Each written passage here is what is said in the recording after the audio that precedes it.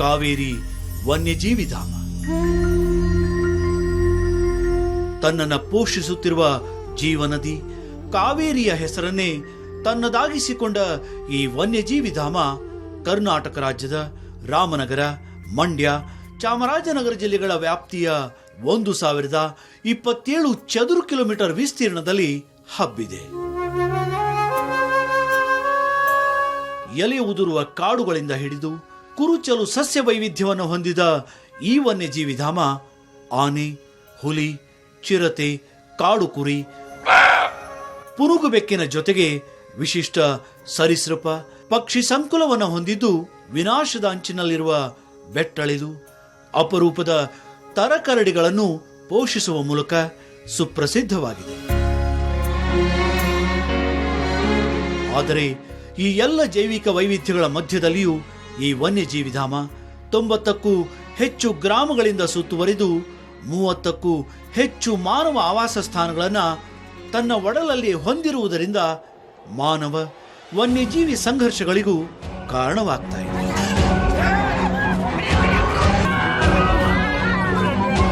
ಕಾವೇರಿ ವನ್ಯಜೀವಿಧಾಮ ಇದೊಂದು ಹೊಸದಾಗಿ ಡಿಕ್ಲೇರ್ ಆಗಿರುವಂತಹ ಒಂದು ಸಂರಕ್ಷಿತ ಪ್ರದೇಶ. ಇಲ್ಲಿ ಬೇಸಿಗೆ ಬಂತು ಅಂದರೆ ಒಂದು ದೊಡ್ಡ ಸಮಸ್ಯೆ ಏನು ಸ್ಟಾರ್ಟ್ ಆಗುತ್ತೆ ಅಂತಂದರೆ ಕಾಡು ಒಳಗಡೆ ನೀರಿನ ಕೊರತೆ ತುಂಬ ಇದೆ. ಅಂದರೆ ನಿಮಗೆ ಕಾವೇರಿ ನದಿ ಹರಿಯುತ್ತೆ ಅಂತ ಅನ್ನೋದು ಬಿಟ್ಟರೆ ಆ ಭಾಗದಲ್ಲಿ ಮಳೆ ಬೀಳುವ ಪ್ರಮಾಣನೂ ಕೂಡ ಬಹಳ ಕಮ್ಮಿ. ಸೊ ಹಾಗಾಗಿ ಕಾಡು ಒಳಗಡೆಗೆ ಹೊಸ ಕೆರೆಗಳನ್ನು ನಿರ್ಮಾಣ ಮಾಡಿದ್ರೆ ಒಂದಷ್ಟು ಸಂಘರ್ಷಗಳು ಕಡಿಮೆ ಆಗ್ಬೋದು.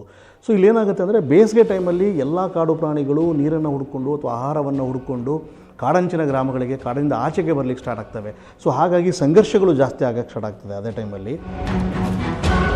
ಹಾಗಾಗಿಯೇ ಇಂತಹ ಈ ಅನನ್ಯ ವನ್ಯಜೀವಿಧಾಮದ ಅಂಚಿನಲ್ಲಿರುವ ಗ್ರಾಮಗಳ ಸಂಘರ್ಷಗಳನ್ನು ಹಾಗೂ ಅವುಗಳಿಗೆ ಪರಿಹಾರ ಕಂಡುಕೊಳ್ಳುವ ನಿಟ್ಟಿನಲ್ಲಿ ಅರಣ್ಯ ಇಲಾಖೆ ಎದುರಿಸುತ್ತಿರುವ ಸವಾಲು ಸಮಸ್ಯೆಗಳನ್ನು ಅರಿತು ಆ ಮೂಲಕ ಆ ಕಾಡಂಚಿನ ಗ್ರಾಮಗಳಲ್ಲಿ ಜನಜಾಗೃತಿಯನ್ನ ಮೂಡಿಸಲಿಕ್ಕೆ ಏಷ್ಯಾನೆಟ್ ಸುವರ್ಣ ನ್ಯೂಸ್, ಕನ್ನಡಪ್ರಭ ಹಾಗೂ ಅರಣ್ಯ ಇಲಾಖೆಯ ಸಹಯೋಗದ ವನ್ಯಜೀವಿ ಸಂರಕ್ಷಣಾ ಅಭಿಯಾನದ ತಂಡ ತನ್ನ ರಾಯಭಾರಿ, ಸುಪ್ರಸಿದ್ಧ ನಟ, ನಿರ್ದೇಶಕ ರಿಷಬ್ ಶೆಟ್ಟಿಯವರ ಜೊತೆ ಕಾವೇರಿ ವನ್ಯಜೀವಿ ಧಾಮದ ಗಾಳಿಬೋರೆ ರೆಸಾರ್ಟ್ ಅನ್ನ ತಲುಪಿತು.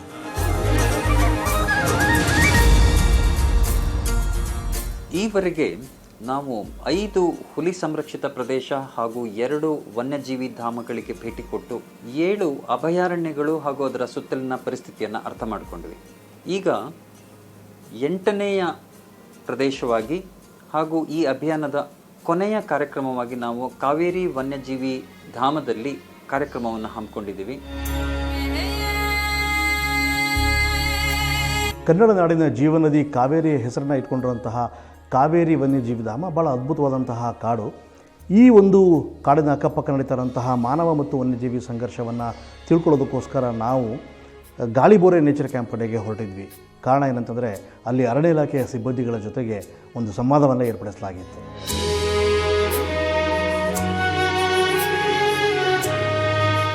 ಕಾವೇರಿ ನದಿಯ ದಡದಲ್ಲಿರುವ ಅದ್ಭುತವಾದ ತಾಣ ಗಾಳಿಬೋರೆಯನ್ನು ನಾವು ತಲುಪಿದ್ವಿ.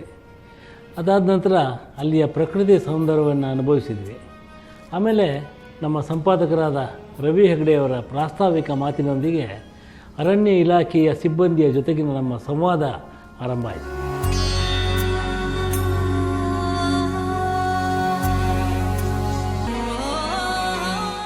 ನಿಮಗೆಲ್ಲ ಒಂದು ವಿಷಯವನ್ನು ಗಮನಕ್ಕೆ ತೊಗೊಂಬರ್ಬೇಕು. ನಾವು ಅಲ್ಲಿ ಸಾರ್ವಜನಿಕ ಸಭೆ ಮಾಡ್ತೀವಿ, ಇಲ್ಲಿ ನಿಮ್ಮ ಜೊತೆಗೆಲ್ಲ ಸಂವಾದ ಮಾಡ್ತೀವಿ.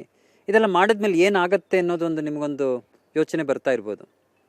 ನಾವೇನು ಮಾಡ್ತೀವಿ ಅಂದರೆ ನಿಮ್ಮಲ್ಲಿ ಬಂದಿರುವಂತಹ ಸಮಸ್ಯೆಗಳು ಮತ್ತು ಪ್ರಶ್ನೆಗಳು ಅಥವಾ ಅದಕ್ಕೆ ಸಮಸ್ಯೆಗೆ ಇರುವಂಥ ಪರಿಹಾರಗಳು ಇದನ್ನೆಲ್ಲ ಸಮಗ್ರವಾಗಿ ಮಾಡಿ ನಮ್ಮ ಬೇರೆ ಬೇರೆ ಕ್ಷೇತ್ರಗಳಲ್ಲಿ ನಾವು ಇಡುವಂತಹ ಅಲ್ಲಿನ ವಿಚಾರಗಳ ಜೊತೆಗೆ ಇದನ್ನು ನಾವು ಸಮ್ಮಿಳನ ಮಾಡಿ ಸಾರಾಂಶವನ್ನು ತೊಗೊಂಡೋಗಿ ಸರ್ಕಾರದ ಮುಂದಿಡ್ತೀವಿ. ಆವಾಗ ಅದನ್ನು ಫಾಲೋ ಅಪ್ ಮಾಡ್ತೀವಿ. ನಾವು ಫಾಲೋ ಅಪ್ ಮಾಡೋದನ್ನು ನಿಲ್ಲಿಸಿದ್ರು ರಿಷಬ್ ಶೆಟ್ಟಿಯವ್ರು ನಿಲ್ಲಿಸ್ತಾ ಇಲ್ಲ. ಅವರು ನಾವು ಹಿಂದೆ ಏನು ಸರ್ಕಾರಕ್ಕೆ ಕೊಟ್ಟಿದ್ವಿ ಪಾಯಿಂಟ್ಸನ್ನು, ಅವ್ರು ಹೇಳಿದ್ರು ಈಗ ಹೊಸ ಸರ್ಕಾರ ಬಂದಿದೆ, ನಾವು ಈಗ ಹೋಗಿ ಮತ್ತೆ ಮಾಡಬೇಕು ಅಂತೇಳಿ ಹೇಳಿ ಇಮಿಡಿಯೇಟ್ಲಿ ಹೇಳಿ ಅದನ್ನು ಮಾಡಿಸಿದ್ದಾರೆ. ಅದನ್ನು ಅವರು ಫಾರೆಸ್ಟ್ ಬಗ್ಗೆ ಪರ್ಸ್ನಲಿ ಇಂಟ್ರೆಸ್ಟ್ ಇಟ್ಕೊಂಡಂಥ ವ್ಯಕ್ತಿ. ಹಾಗಾಗಿ ನೀವು ಮುಕ್ತವಾಗಿ ಮಾತಾಡ್ಬೋದು. ಎಲ್ಲರಿಗೆ ನಮಸ್ಕಾರ. ಒಂದು ಅಧಿಕಾರಿಗಳು ಮತ್ತು ಫ್ರಂಟ್ಲೈನ್ ಸ್ಟಾಫು ಅಥವಾ ಬೇರೆ ಏಜೆನ್ಸಿಯಿಂದ ಬಂದಿರುವಂತಹ ವ್ಯಕ್ತಿಗಳು ಯಾರು ಕೆಲಸ ಮಾಡ್ತಾರೆ, ಯಾವತ್ತೂ ಒಂದು ಹಿರಿಯ ಅಧಿಕಾರಿಗಳಿದ್ದಾಗ ಮುಕ್ತವಾಗಿ ಮಾತಾಡೋದೇ ಇಲ್ಲ. ಸಾಹೇಬ್ರು ಏನು ಅನ್ಕೊಂಡ್ಬಿಡ್ತಾರೆ ಅನ್ನೋದು. ಯಾವಾಗ ಆ ಗ್ಯಾಪ್ ಕಡಿಮೆ ಆಗುತ್ತೆ, ನೀವು ಎಲ್ಲರೂ ನಿಮ್ಮ ಅಭಿಪ್ರಾಯಗಳನ್ನು ಮುಕ್ತವಾಗಿ ವ್ಯಕ್ತಪಡಿಸೋಕ್ಕೆ ಶುರು ಮಾಡ್ತೀರ, ಆಗ ಇಲ್ಲೇ ಇರುವಂಥ ಕೆಲವೊಂದಷ್ಟು ಸರ್ಕಾರದ ಲೆವೆಲವ್ರಿಗೆ ಹೋಗಲೇಬೇಕು ಅಂತಲೂ ಇಲ್ಲ. ಎಲ್ಲ ಸಮಸ್ಯೆಗಳು ಡಿ ಎಫ್ ಸಾಹೇಬ್ರೇ ಇದನ್ನು ಕೆಲವೊಂದು ಡಿಸಿಷನ್ಗಳು ತೊಗೊತದಿರುತ್ತೆ. ಅಂಥದ್ದನ್ನು ಗಮನಕ್ಕೆ ತರುವಂಥದ್ದನ್ನ ಇದೇನಾಗುತ್ತೆ, ಒಂದಷ್ಟು ವರ್ಷ ಯಾರೋ ಒಬ್ಬರು ಇರ್ತಾರೆ, ಇನ್ಯಾರೋ ಬರ್ತಾರೆ, ಈ ಥರದಲ್ಲಿ ನಡೀತಾನೆ ಇರುತ್ತೆ. ಕೆಲವೊಂದಷ್ಟು ವರ್ಷಗಳ ಗಟ್ಟೆ ಜನರು ಲೋಕಲ್ಲಿಂದ ಅಪಾಯಿಂಟ್ ಆಗಿರುವಂಥವ್ರು ವರ್ಷಗಟ್ಟಲೆ ಒಂದೇ ಡಿವಿಷನಲ್ಲಿ ಕೆಲಸ ಮಾಡ್ತಾ ಇರ್ತಾರೆ. ಅವರು ಹೆಚ್ಚು ಅನುಭವ ಇರುತ್ತೆ ಆ ಪ್ರದೇಶದಲ್ಲಿ ಏನು ನಡೀತಿದೆ, ಏನು ಕತೆ ಅಂತ. ಹಾಗಾಗಿ ನೀವು ನಿಮ್ಮ ಮನಸ್ಸಿನಲ್ಲಿರುವಂಥ ಎಲ್ಲ ಸಮಸ್ಯೆಗಳನ್ನು ಹೇಳ್ಕೊಳ್ಬೋದು ಮತ್ತು ಕೆಲವೊಂದು ಸೊಲ್ಯೂಷನ್ಗಳನ್ನು ನೀವು ಕೊಡ್ಬೋದು. ಮೊದಲೇ ಪ್ರಶ್ನೆ ಬಂದು ಮಾನವ ವನ್ಯಜೀವಿ ಸಂಘರ್ಷ ಸರ್. ರೈತರು ಇವಾಗ ಪಟಾಕಿ ಕೇಳ್ತಾರೆ ಸರ್. ಇವಾಗ ಆನೆ ಏನೋ ಕಂಟ್ರೋಲ್ ಆಯಿತು, ಹಂದಿ, ಜಿಂಕೆ, ನವಿಲೆಲ್ಲ ಬರ್ತಾವಲ್ಲ, ಆ ಟೈಮಲ್ಲಿ ಪಟಾಕಿ ಒಂದು ಸಲ ಕೇಳ್ತಾರೆ, 2 ಸಲ ಕೇಳ್ತಾರೆ. ಜಾಸ್ತಿ ಟೈಮ್ ಕೇಳಿದೆ ಅವರು ಒಂದು ಪಟಾಕಿನೇ ಕೊಡ್ಸೋಕ್ಕಾಗಲ್ಲ ಇವರಿಗೆ, ಇನ್ನು ಪರಿಹಾರ ಏನು ಕೊಡಿಸ್ತಾರೆ ಅಂತೇಳಿ ಅವ್ರು ಕೇಳ್ತಾರೆ ಸರ್. ಹಾಗಾಗಿ ಪಟಾಕಿನ ಸ್ವಲ್ಪ ಜಾಸ್ತಿ ಸರಬರಾಜು ಮಾಡ್ಬೇಕು ಸರ್ ಒಂದು. ಮತ್ತು ಪರಿಹಾರನ ಸ್ವಲ್ಪ ಬೇಗ 2 ತಿಂಗಳು 3 ತಿಂಗಳ ಒಳಗಡೆ ಅವ್ರ ಖಾತೆಗೆ ತಲುಪೋ ಥರ ಮಾಡ್ಬೇಕು ಸರ್. ನೀವು ಹೇಳಿದ್ರಿ ಪಟಾಕಿ ಬಗ್ಗೆ. ಸೊ ಪಟಾಕಿ ನಾವೀಗ ಸಾಕಷ್ಟು ನಿಮಗೆ ಪ್ರಾವಿಷನ್ ಮಾಡಿ ಕೊಡ್ತಾ ಇದ್ದೀವಿ ಇಲಾಖೆಯಿಂದ. ಸೊ ಇನ್ನೂ ಹೆಚ್ಚಿನ ಬೇಕಾದರೆ ನಾನು DCF ಅವ್ರಿಗೆ ಹೇಳಿ ಈ ಸತಿ ಪ್ರಾವಿಷನ್ ಮಾಡಿಕೊಡ್ತೀವಿ. ರೈತರು ಯಾರೇ ಕೇಳಿದ್ರು ಪಟಾಕಿ ಕೊಡಿ, ಅವ್ರ ಜೊತೆ ನೀವು ಸ್ಪಂದನೆಯಿಂದ ಕೆಲಸ ಮಾಡಿ. ಅದು ಮಾಡಿದಾಗ ನಿಮಗೆ ಸ್ವಲ್ಪ ಸಮಸ್ಯೆಗಳು ಮಾನವಹಾನಿ ಸಂಘರ್ಷದಲ್ಲಿ ತಪ್ತದೆ. ಬೆಳೆ ಹಾನಿದು ಇಮಿಡಿಯೇಟ್ ಅಟೆಂಡ್ ಮಾಡಿ. ನೀವು ವೆರಿ ನೆಕ್ಸ್ಟ್ ಡೇ ಹೋದ್ರೆ ನಿಮಗೆ ಆಕ್ಚುಲಿ ಏನು ಲಾಸ್ ಆಗಿದೆ ಅನ್ನೋದು ಗೊತ್ತಾಗ್ತದೆ. ಅವ್ರಿಗೂ ಸ್ವಲ್ಪ ಖುಷಿ ಆಗ್ತದೆ, ಬಂದ್ರಲ್ಲ ಅಂತ ಇಮಿಡಿಯೇಟ್ ರೆಸ್ಪಾಂಡ್ ಮಾಡಬೇಕು. ಓಕೆ ಸರ್, ನಾವು ಅಟೆಂಡ್ ಮಾಡ್ತೀವಿ ಸರ್. ಅವ್ರು ಹೋದಾಗ ಬೆಳೆ 1 ವರ್ಷದ್ದು ಬರುತ್ತೆ ಸರ್. ಒಂದೊಂದು ಸಲ ಫೇಲ್ ಆಗಿರುತ್ತೆ ಸರ್, ಪೇಮೆಂಟ್ ಫೇಲ್ಯೂರ್ ಆಗಿರುತ್ತೆ. ಆ ದುಡ್ಡು ಅವ್ರಿಗೆ ಹೋಗಿರಲ್ಲ ಸರ್. ಅದು ನಮ್ಗೆ ವಾಪಸ್ ಕಳಿಸಿದ್ರೆ ಅವ್ರಿಗೆ ಬೇರೆ ಇನ್ನೊಂದು ಸರ್ತಿ ಅದರ ಆಪ್ಷನ್ ಕೊಡ್ಬೋದು ಸರ್. ಅವ್ರು ನಮ್ಗೆ ಪೇಮೆಂಟ್ ಫೇಲ್ಯೂರ್ ಅದು ಗೊತ್ತಾಗಿಲ್ಲ ಸರ್. ಅವರು ನಮ್ಮ ಹತ್ರ ಬಂದು ಕೇಳ್ತಾರೆ ಸರ್. ಆಫೀಸ್ ದೂರ ಆಗೋದ್ರಿಂದ ಅವ್ರು ಯಾರು ಅಲ್ಲಿ ಹೋಗಿಲ್ಲ ಸರ್. ಸ್ವಲ್ಪ ಲೇಟ್ ಆಗ್ತದೆ ಅಷ್ಟೇ. ಮ್ಯಾಕ್ಸಿಮಮ್ 6 ತಿಂಗಳು 8 ತಿಂಗಳು ಅಷ್ಟೇನೆ. ಹಾಂ ಸರ್, ಅದಕ್ಕಿಂತ ಜಾಸ್ತಿ ಆಗಲ್ಲ. ಅದಕ್ಕೆ ನೀವು ಹೇಳ್ದಂಗೆ 3 ತಿಂಗಳಿಗೆ ಕೊಡಬೇಕು, ಒಳ್ಳೇದು. ಹಾಂ ಸರ್, ಅದು ನೋಡುವ. ಬೆಳಗಾಮಿಂದ ಆ ತುದಿಯಿಂದ ಉತ್ತರ ಭಾಗದಿಂದ ಈ ದಕ್ಷಿಣದ ತುದಿಗೆ ಕೆಲಸ ಮಾಡ್ತಾ ಇದ್ದಾರೆ ಸರ್ ನಮ್ಮ ಸಹೋದ್ಯೋಗಿಗಳು. ಈಗ ನನಗೆ ವನ್ಯಜೀವಿ ವಿಭಾಗದಲ್ಲಿ ನಾನು 13 ವರ್ಷದಿಂದ ಕರ್ತವ್ಯ ನಿರ್ವಹಿಸ್ತಾ ಇದ್ರು ಕೂಡ ನನ್ನದು ಇಲ್ಲೇ ಚನ್ನಪಟ್ಟಣ ಸರ್. ಹಾಗಾಗಿ ನನಗೆ ಅಂಥ ಏನು ವ್ಯತ್ಯಾಸ ಕಾಣಿಸಲ್ಲ. ಆದರೆ ನನ್ನ ಸಹೋದ್ಯೋಗಿ ಮಿತ್ರರು ಬೆಳಗಾಮಿಂದ ಇಲ್ಲಿ ಬಂದಿದ್ದಾರೆ. ಅವರು ಕೂಡ ಹೌದು ಸರ್, ನಾವು ವನ್ಯಜೀವಿ ಸಂರಕ್ಷಣೆ ಮಾಡ್ತೀವಿ, ಅದೆಲ್ಲ ನಮ್ಮ ಮೊದಲನೇ ಆದ್ಯತೆ. ಬಟ್ ಎಲ್ಲ ಕೊನೆ ಅಂತ ಬಂದಾಗ ನಾವು ನಮ್ಮ ಕುಟುಂಬಕ್ಕೋಸ್ಕರ ಅಥವಾ ನಮ್ಮ ವೈಯಕ್ತಿಕ ಜೀವನಕ್ಕೋಸ್ಕರ ನಾವು ಕೆಲಸ ಮಾಡ್ತಾ ಇರ್ತೀವಿ. ಅಂಥ ವಿಚಾರ ಇದ್ದಾಗ ಆ ತುದಿಯಿಂದ ಈ ತುದಿಗೆ ಕೆಲಸ ಮಾಡ್ತಾ ಇರ್ತಾರೆ. ಮೊದಲೆಲ್ಲ ಹೇಗಿತ್ತು ಅಂದರೆ 5 ವರ್ಷ ಕೆಲಸ ಮಾಡಿದ್ಮೇಲೆ ನಮ್ಮ ವನ್ಯಜೀವಿ ವಿಭಾಗಗಳಲ್ಲಿ 5 ವರ್ಷ ಆದಮೇಲೆ ಅವ್ರಿಗೆ ಕೇಳಿದ ಕಡೆ ಟ್ರಾನ್ಸ್ಫರ್ ಕೊಡಬೇಕು ಅಂತ ಸರ್ಕಾರದ ಗೈಡ್ಲೈನ್ಸ್ ಇತ್ತು ಸರ್. ಬಟ್ ಆ TCMS ಮಾಡಬೇಕಾದ್ರೆ ಅದನ್ನು ಯಾವುದನ್ನು ಕನ್ಸಿಡರ್ ಮಾಡಿಲ್ಲ ಸರ್. ಮತ್ತು ಈಗ 3 ಕ್ಯಾಟಗರಿ ಅಂತ ಮಾಡಿದ್ದಾರೆ, ABC ಅಂತ. ಸೊ ಚಾಮರಾಜನಗರ ಸರ್ಕಲಲ್ಲಿ B ಬಿಟ್ಟು ಕ್ಯಾಟಗರಿ ಬೇರೆ ಕ್ಯಾಟಗರಿ ಪೋಸ್ಟ್ಸೇ ಇಲ್ಲ. B ಅಂದರೆ ಕಂಪ್ಲೀಟ್ಲಿ ವೈಲ್ಡ್ ಲೈಫ್. ಹೆಂಗೆ ಟ್ರೀಟ್ ಮಾಡ್ತಿದ್ದಾರೆ ಅಂದರೆ ಅದನ್ನು ಅಂದರೆ ನಿಮ್ಮ ಅನಿವಾರ್ಯತೆ, ಹೌದು ಬಂದಿದ್ದೀರಾ ಮಾಡಿ ಅನ್ನೋ ಥರ. ಸೊ ಈ ವಿಚಾರವಾಗಿ ದಯವಿಟ್ಟು ಮೊದಲ ಆದ್ಯತೆ ಇದನ್ನು ಕನ್ಸಿಡರ್ ಮಾಡಿ TCMSಲ್ಲಿ ವನ್ಯಜೀವಿ ವಿಭಾಗಗಳಲ್ಲಿ ಕರ್ತವ್ಯ ನಿರ್ವಹಿಸುತ್ತಾ ಇರುವಂಥ ಸಿಬ್ಬಂದಿಗಳಿಗೆ ಖಂಡಿತವಾಗಿ ನ್ಯಾಯ ಕೊಡಿಸೋವಂಥ ಕೆಲಸನ ದಯವಿಟ್ಟು ತಾವು ಮಾಡಬೇಕಾಗುತ್ತೆ ಸರ್. TCMS ಅಂದರೆ ಟ್ರಾನ್ಸ್ಫರ್ ಕೌನ್ಸಿಲಿಂಗ್ ಮ್ಯಾನೇಜ್ಮೆಂಟ್ ಸಿಸ್ಟಮ್ ಅಂಥೇಳಿ ಒಂದು ಅರಣ್ಯ ಇಲಾಖೆ ತನ್ನ ಸಿಬ್ಬಂದಿಗಳ ವರ್ಗಾವಣೆಗೆ ಮಾಡಿಕೊಂಡ್ರಂಥ ಒಂದು ಹೊಸ ಸಿಸ್ಟಮು. ನಮ್ಮ ಸಂವಾದದಲ್ಲಿ ಕೂಡ ನಮ್ಮ ಸಾಕಷ್ಟು ಸಿಬ್ಬಂದಿಗಳು ವರ್ಗಾವಣೆಗೆ ಸಂಬಂಧಪಟ್ಟಂತಹ ಸಾಕಷ್ಟು ಸಮಸ್ಯೆಗಳು ಏನೇನಿದಾವೆ ಅನ್ನೋದ್ರ ಬಗ್ಗೆ ವಿಸ್ತೃತವಾಗಿ ಇಲ್ಲಿ ಮಾತಾಡಿದರು. ಎಲ್ಲ ಅಭಿಯಾನಗಳಲ್ಲಿ ಎಲ್ಲರೂ ಕೇಳ್ತಾ ಇರೋದು ಸಂಬಳ, ಆಮೇಲೆ ಬೇಸಿಕ್ ಫೆಸಿಲಿಟಿ ಬೇಕು, ಅದೆಲ್ಲ ಎಲ್ರಿಗೂ ಸೆಕೆಂಡರಿ. ಫಸ್ಟ್ ಬೇಕಾಗಿದೆ ವರ್ಗಾವಣೆ. ಒಂದು 10 ಜನ ಇದೀವಿ ಅಂದರೆ ಇಲ್ಲಿ 8 ಜನಕ್ಕೆ ವರ್ಗಾವಣೆ ಬೇಕಾಗಿದೆ, ಇಬ್ಬರಿಗೆ ಯಾರಿಗೂ ಬೇಕಾಗಿಲ್ಲ, ಅವ್ರು ಇರ್ತಾರೆ. ಆಲ್ ಓವರ್ ಕರ್ನಾಟಕ ಸ್ಟಾಫ್ ಇರೋದು 3,000 ಸರ್. ಆ 3,000 ವರ್ಗಾವಣೆ ಆದರಲ್ಲಿ ಎಲಿಜಿಬಲ್ ಆಗೋದು 600-700 ಜನ ಮಾತ್ರ. ಅದನ್ನೇ ಮಾಡೋಕ್ಕಾಗ್ತಾಯಿಲ್ಲ ಅಂತಂದ್ರೆ ಅದರಲ್ಲಿ ಎಷ್ಟೊಂದು ಲೋಪದೋಷಗಳಂತ ಹೇಳ್ತೀನಿ ಸರ್. ಆಮೇಲೆ ಇದಕ್ಕೆ ಪರಿಹಾರ ಅಂತ ಕೇಳಿದ್ರೆ ಯಾರೂ ಆಗೋಕ್ಕಾಗಲ್ಲ, ಯಾಕಂದರೆ ಆಲ್ ಓವರ್ ಕರ್ನಾಟಕದಲ್ಲಿ ಇಲ್ಲ ಸಮಬಲ ಮಾಡೋಕ್ಕಾಗಲ್ಲ ಅಂತಾರೆ. ನಾನು ಏನು ಸಜೆಷನ್ ಕೊಡ್ತೀನಿ ಅಂತಂದರೆ ಇಲಾಖೆ ಮಟ್ಟದಲ್ಲಿ ಸರ್, ನಮ್ಮ ವೈಲ್ಡ್ ಲೈಫಲ್ಗೆ ಸಪ್ರೇಟ್ ರಿಕ್ರೂಟ್ಮೆಂಟ್ ಮಾಡ್ಕೊಂಡ್ಬಿಡಿ ಸರ್. ಹೊಸ ರಿಕ್ರೂಟ್ಮೆಂಟ್ ಎಲ್ಲ ವೈಲ್ಡ್ ಲೈಫಲ್ಲಿ ಮಾಡಲಿ. ಇಲ್ಲ 5 ವರ್ಷ ಮಾಡೋದು ಬೇರೆ ಕಡೆ ವರ್ಗಾವಣೆ ಆಗಲಿ, ಅಲ್ಲಿ ರಿಕ್ರೂಟ್ಮೆಂಟ್ ಮಾಡೋದು ಬೇಡ. ಸೊ ಅದ್ರ ಬದಲಿಗಾಗಿ ವೈಲ್ಡ್ ಲೈಫಲ್ಲಿ ಈಗ ನಗರ ಸರ್ಕಲ್ಲಿ 700 ಪೋಸ್ಟ್ ರಿಕ್ರೂಟ್ಮೆಂಟ್ ಅಂದರೆ ವೇಕೆನ್ಸಿ ಇದೆ ಸರ್. 700ರಲ್ಲಿ 300 ಜನ ಮಾತ್ರ ಕೆಲಸ ಮಾಡ್ತಾಯಿದ್ದೀವಿ. ಇನ್ನೂ 400 ಖಾಲಿದೆ ಸರ್. ಸೊ 400 ಖಾಲಿ ಅಂದರೆ ನಾವು 300 ಜನ ಯಾರು ಎಲಿಜಿಬಲ್ ಇದೀವಿ ಅವರು ಪ್ರತಿ ವರ್ಷವೂ ಬೇರೆ ಕಡೆ ವರ್ಗಾವಣೆ ಮಾಡಿ ಹೊಸ ರಿಕ್ರೂಟ್ಮೆಂಟ್ ನಗರ ವೈಲ್ಡ್ ಲೈಫಲ್ಲಿ ಮಾತ್ರ ಮಾಡಲಿ ಸರ್. ಯಾರ್ಯಾರಿಗೆ ಕೆಲಸ ಅನಿವಾರ್ಯತೆ ಇದೆ ಅವರು ವೈಲ್ಡ್ ಲೈಫಲ್ಲಿ ಎಲ್ಲ ಕಡೆ ಬಂದು ಮಾಡಲಿ ಸರ್. ನಾವು ಯಾರೋ 5 ವರ್ಷ 6 ವರ್ಷ 7 ವರ್ಷ 8 ವರ್ಷ ಮಾಡಿದವರು ನಾವು ಬೇರೆ ಪ್ರಾದೇಶಿಕ ವರದಿಯಲ್ಲಿ ಹೋಗಿ ಕೆಲಸ ಮಾಡ್ತೀವಿ. ಇದು ಒಳ್ಳೆ ಸಜೆಷನ್ ಸರ್, ಯಾರಿಗೂ ತೊಂದರೆ ಆಗಲ್ಲ ಸರ್. ಯಾರಿಗೂ ಹೊಸ ಆ್ಯಕ್ಟ್ ಪ್ರಕಾರ ಆಗಿದೆ ಅಂದರೆ ಇನ್ನೂ ನಾವು 10 ವರ್ಷ ಆದರೂ ನಾವು ಹೋಗೋಕ್ಕಾಗಲ್ಲ ಸರ್. ಮುತ್ತತ್ತಿ ಶಾಖೆ ಉಪವಲಯಾಧಿಕಾರಿಯಾಗಿ 8 ವರ್ಷ ಆಯಿತು. ಗುಂಡ್ಲುಪೇಟೆಯಲ್ಲಿ ಬಿಳಿಗಿರಿ ರಂಗನ ಬೆಟ್ಟದಲ್ಲಿ ಹೆಂಗೆ ನಾವು ಬಸ್ಗಳನ್ನ ಹಾಕ್ಬಿಟ್ಟು ನಾವು ದರ್ಶನಕ್ಕೆ ಹೆಂಗೆ ಅವಕಾಶ ಕೊಡ್ತೀವಿ, ಅಲ್ಲೂ ಟೆಂಪಲ್ ಇದೆ, ಬಿಳಿಗಿರಿ ರಂಗನಾಥ ಸ್ವಾಮಿ ದೇವಸ್ಥಾನ, ಮತ್ತು ಇಲ್ಲಿ ಗೋಪಾಲ ಸ್ವಾಮಿ ಬೆಟ್ಟದಲ್ಲೂ ಹಂಗೆ ಇದೆ. ಅದೇ ಥರ ಮುತ್ತತ್ತಿಲೂ ಅದೇ ಥರ ಒಂದು ವ್ಯವಸ್ಥೆ ಮಾಡಬೇಕು ಅಂತ ಕೇಳ್ಕೊತೀನಿ. ಯಾಕೆ ಅಂದರೆ ಇಲ್ಲಿ ಪ್ಲಾಸ್ಟಿಕ್ ತ್ಯಾಜ್ಯಗಳಾಗಿರ್ಬೋದು, ಇದು ನಮ್ಮ ಕೈಲಿ ನಮ್ಮ ಇಲಾಖೆಯಿಂದ ಸಾಕಷ್ಟು ಮಾಡಿದ್ದೀವಿ. EDC ಮುತ್ತತ್ತಿಯಿಂದ ಮಾಡಿದ್ದೀವಿ. ಅಲ್ಲಿ ಪ್ರತಿ ತಿಂಗಳು ಪ್ಲಾಸ್ಟಿಕ್ ತ್ಯಾಜ್ಯಗಳನ್ನು ಕ್ಲಿಯರ್ ಮಾಡ್ತಾನೇ ಇದ್ದೀವಿ. ಆದ್ರೂ 1 ಟನ್ನು 2 ಟನ್ ಪ್ಲಾಸ್ಟಿಕ್ ತಂದು ಬೀಳ್ತಾನೆ ಇದೆ. ಅದು ಸಾಧ್ಯ ಆಗಿಲ್ಲ. ಯಾಕೆ ಅಂದರೆ ಸಹಭಾಗಿತ್ವ ಇಲ್ಲ. ಹಾಗಾಗಿ ತಮ್ಮ ಜಿಲ್ಲಾಡಳಿತದಿಂದಾಗಲಿ ಮತ್ತು ಮುಖ್ಯವಾಹಿನಿಯಿಂದಾಗಲಿ ನಾನು ಕೇಳ್ಕೊಳ್ಳೋದಿಷ್ಟೇ, ಅದನ್ನು ಗೋಪಾಲಸ್ವಾಮಿ ಬೆಟ್ಟದ ಥರ ಮಾಡಲಿ ಅಂತ ನಾನು ಕೇಳ್ಕೊತೀನಿ. ನಮ್ಮ ಪ್ರವೀಣ್ ಅವ್ರು ಹೇಳ್ತಾ ಇದ್ರು ಮುತ್ತತ್ತಿ ಒಂದು ಹಿಸ್ಟಾರಿಕಲ್ ಪ್ಲೇಸು, ಜನಗಳ ಜಾಸ್ತಿ ವಿಸಿಟರ್ಸ್ ಬರ್ತಾರೆ, ಪ್ರವಾಸಿಗರು ಮತ್ತು ಹೆಚ್ಚಿನ ಆಧ್ಯಾತ್ಮಿಕವಾಗಿ ದೇವಸ್ಥಾನಕ್ಕೆ ಬರೋದಕ್ಕಿಂತ ಹೆಚ್ಚಾಗಿ ಮೋಜು ಮಸ್ತು ಮಾಡಲಿಕ್ಕೆ ಬರ್ತಾ ಇರೋದು. ಮತ್ತು ಅದು ಒಂದು ನಮ್ಮ ರೆವಿನ್ಯೂ ಎನ್ಕ್ಲೋಸರ್ ಆಗಿರೋದ್ರಿಂದ, ಗ್ರಾಮನೂ ಇರೋದ್ರಿಂದ ಅಲ್ಲಿ ನಾವು ಏಕಾಏಕಿ ಇದನ್ನು ಮಾಡಲಿಕ್ಕೆ ಕಷ್ಟ ಆಗ್ತಾಯಿದೆ ನಮಗೆ. ಸೊ ಹಿಂದೆ ಕೂಡ ನಿಮ್ಮ RFOಗಳಿಗೆ ನಾವು ಹೇಳಿದ್ವಿ, ಪಾರ್ಕಿಂಗ್ ಎಲ್ಲರ ಜಾಗಗೀಗ ನಮಗೆ ಸಿಗ್ತದೆ ಅಂದರೆ ಸೊ ವೆಹಿಕಲ್ ರಿಸ್ಟ್ರಿಕ್ಟ್ ಮಾಡಲಿಕ್ಕೆ ನಾವು ಒಂದು ಕ್ರಮ ವಹಿಸ್ತೀವಿ ಅಂತ ನಾನು ಹಿಂದೆ ಕೂಡ DCF ಸಾಹೇಬರು ನಾವು ನಿಮ್ಗೆ ಹೇಳಿದ್ವಿ. ಬರೀ ಫಾರೆಸ್ಟ್ ಡಿಪಾರ್ಟ್ಮೆಂಟ್ ಮಾತ್ರ ಅಲ್ಲ, ಪೊಲೀಸ್ ಡಿಪಾರ್ಟ್ಮೆಂಟು, ರೆವಿನ್ಯೂ ಡಿಪಾರ್ಟ್ಮೆಂಟ್ ಆಗಲಿ, ಸೊ ಜಿಲ್ಲಾಡಳಿತ, ಇವೆಲ್ಲ ಒಟ್ಟಾರೆ ಎಲ್ಲ ಇಲಾಖೆಗಳು ಒಟ್ಟಾಗಿ ಕೆಲವೊಂದಷ್ಟು ಮೀಟಿಂಗ್ಗಳಾಗೋದ್ರಿಂದ ಸೊ ಈಕ್ವಲ್ ಆಗಿ ಎಲ್ಲೆಲ್ಲಿ ಯಾವ್ಯಾವ ಇಲಾಖೆಗಳಿಂದ ಏನೇನು ಕೆಲಸಗಳಾಗ್ಬೋದು ಅನ್ನೋದು ಕೊಂಡ್ಕೊಳ್ಳುವಂಥ ಕೆಲಸಗಳಾಗುತ್ತೆ. ಈ ಥರ ಜಾಗಗಳಲ್ಲಿ ಈಗ ಅಲ್ಲಿ ಪಾರ್ಕಿಂಗ್ ವ್ಯವಸ್ಥೆ ಬೇಕು, ಅಥವಾ ಅಲ್ಲೇನೋ ಲ್ಯಾಂಡ್ ಇದೆ ಅನ್ನೋದು ಇಶ್ಯೂಸ್ ಇದೆ, ಪೊಲೀಸ್ ಡಿಪಾರ್ಟ್ಮೆಂಟ್ ಹೆಲ್ಪ್ ಬೇಕು, ಅಥವಾ ರೆವಿನ್ಯೂ ಇಲಾಖೆ ಬೇಕು ಅಂತಂದಾಗ ಸೊ ಅವೆಲ್ಲವೂ ಒಟ್ಟಿಗೆ ಹೋಗುತ್ತೆ ಅಂತ. ಇಲಾಖೆ ಒಂದು ಸಪ್ರೇಟ್ ಆಗಿದೆ, ಅದನ್ನು ಹೋಗಿಸ್ಬೇಕು ಅಂತಂದರೆ ಬೇರೆ ಎಲ್ಲ ಇಲಾಖೆಗಳು ಒಟ್ಟಾಗಿ ಹೋದರೆ ಅವಾಗ ಬೇರೆ ಬೇರೆ ಕೆಲಸಗಳು ಭಾಳ ಸುಲಭದಲ್ಲಾಗುತ್ತೆ ಅನ್ನೋವಂಥ ವಿಚಾರ ಕೂಡ ಪೊಲೀಸು, ಅರಣ್ಯ ಮತ್ತು ಕಂದಾಯ, DCF, SP ಮತ್ತು DC ಅವರು ಕಂಪಲ್ಸರಿ ಮೀಟಿಂಗ್ ಪ್ರತಿ ತಿಂಗಳು ಅಥವಾ 2 ತಿಂಗಳಿಗೆ ಒಂದ್ಸತಿ ಮಾಡಲೇಬೇಕು ಅಂತ ಅನ್ನೋ ಥರದೊಂದು ರಿಕ್ವೆಸ್ಟ್ ಕೊಟ್ಟಿದ್ದೀವಿ ನಾವು. ನಮ್ಮದು ಹೊರಗುತ್ತಿಗೆಯಿಂದ 10 ವರ್ಷದಿಂದ ಕೆಲಸ ಮಾಡ್ಕೊಂಡು ಬರ್ತಿದ್ದೀವಿ. ನಮಗೆ ಈಗ ಸಂಬಳದೆಲ್ಲ ಸಮಸ್ಯೆ ಆಗ್ತಿದೆ. ನಮಗೆ 2 ತಿಂಗಳಾದರೂ ಸಂಬಳ ಹಾಕಲ್ಲ. ನಮಗೆ ಪ್ರತಿ ತಿಂಗಳು 5ನೇ ತಾರೀಕು ಸಂಬಳ ಹಾಕಿಸ್ಕೊಡ್ಬೇಕು ಸರ್. ನಮಗೆ ಈಗ ಬರ್ತಾ 26 ದಿನ ಸಂಬಳ ಮಾಡ್ತಿದ್ದಾರೆ ಸರ್. ನಮಗೆ 30 ದಿನ ಸಂಬಳ ಮಾಡಿಸ್ಬೇಕು ಸರ್. ಆಮೇಲೆ ನಮ್ಗೆ ಬರ್ತಾ ಸರ್ ರೇಷನ್ನು ಎಟ್ಕಲ ಸರ್ ಸ್ಟಾಫ್ಗಳಿಗೆ 21 kg ರೇಷನ್ ಅಕ್ಕಿ ಅಂತ ಕೊಡ್ತಾರೆ. 3 ಜನ ಇರ್ತೀವಿ, ಕಾರ್ ತಿರುಗಿ ಹೋಗ್ತೀವಿ ಸುಸ್ತಾಗಿ. ಕರೆಕ್ಟಾಗಿ ಊಟ ಮಾಡ್ಕೊಬಂದು ನಮಗೆ ರೇಷನ್ ಇರ್ತಾಗಿಲ್ಲ. ಕ್ಯಾಂಪ್ಗಳಲ್ಲಿ ರೇಷನ್ ಸಮಸ್ಯೆ ಆಗ್ತಿದೆ ಎಲ್ಲರಿಗೂ. ಆಮೇಲೆ 10 ವರ್ಷದಿಂದ ಕೆಲಸ ಮಾಡ್ಕೊಂಡು ಸರ್. ಮೊದಲು ಎಲ್ಲ 4 ಜನ ಇದ್ದೋ ಕ್ಯಾಂಪಲ್ಲಿ, APCಲೆಲ್ಲ 4 ಜನ ಇದ್ದೋ. ಈಗ ಮೊದಲು ಏನೋ ಇದ್ರ ಪ್ರಾಬ್ಲಮ್ ಅಂದ್ಬಿಟ್ಟು ಒಬ್ಬರು ತೆಗೆದಾಕಿದ್ದಾರೆ. ಈಗ ಮತ್ತೇನು ಡಿಸೆಂಬರ್ ಇನ್ನೊಬ್ರು ತೆಗಿತೀವಿ ಅಂತಾರೆ ಸರ್. ಆ ಥರ ತೆಗೆದು ನಾವು ಕಾಡಲ್ಲಿ ತಿರುಗಾಡೋಕೆ ಹಿಂಸೆವು ಸರ್ ಇಬ್ಬರು.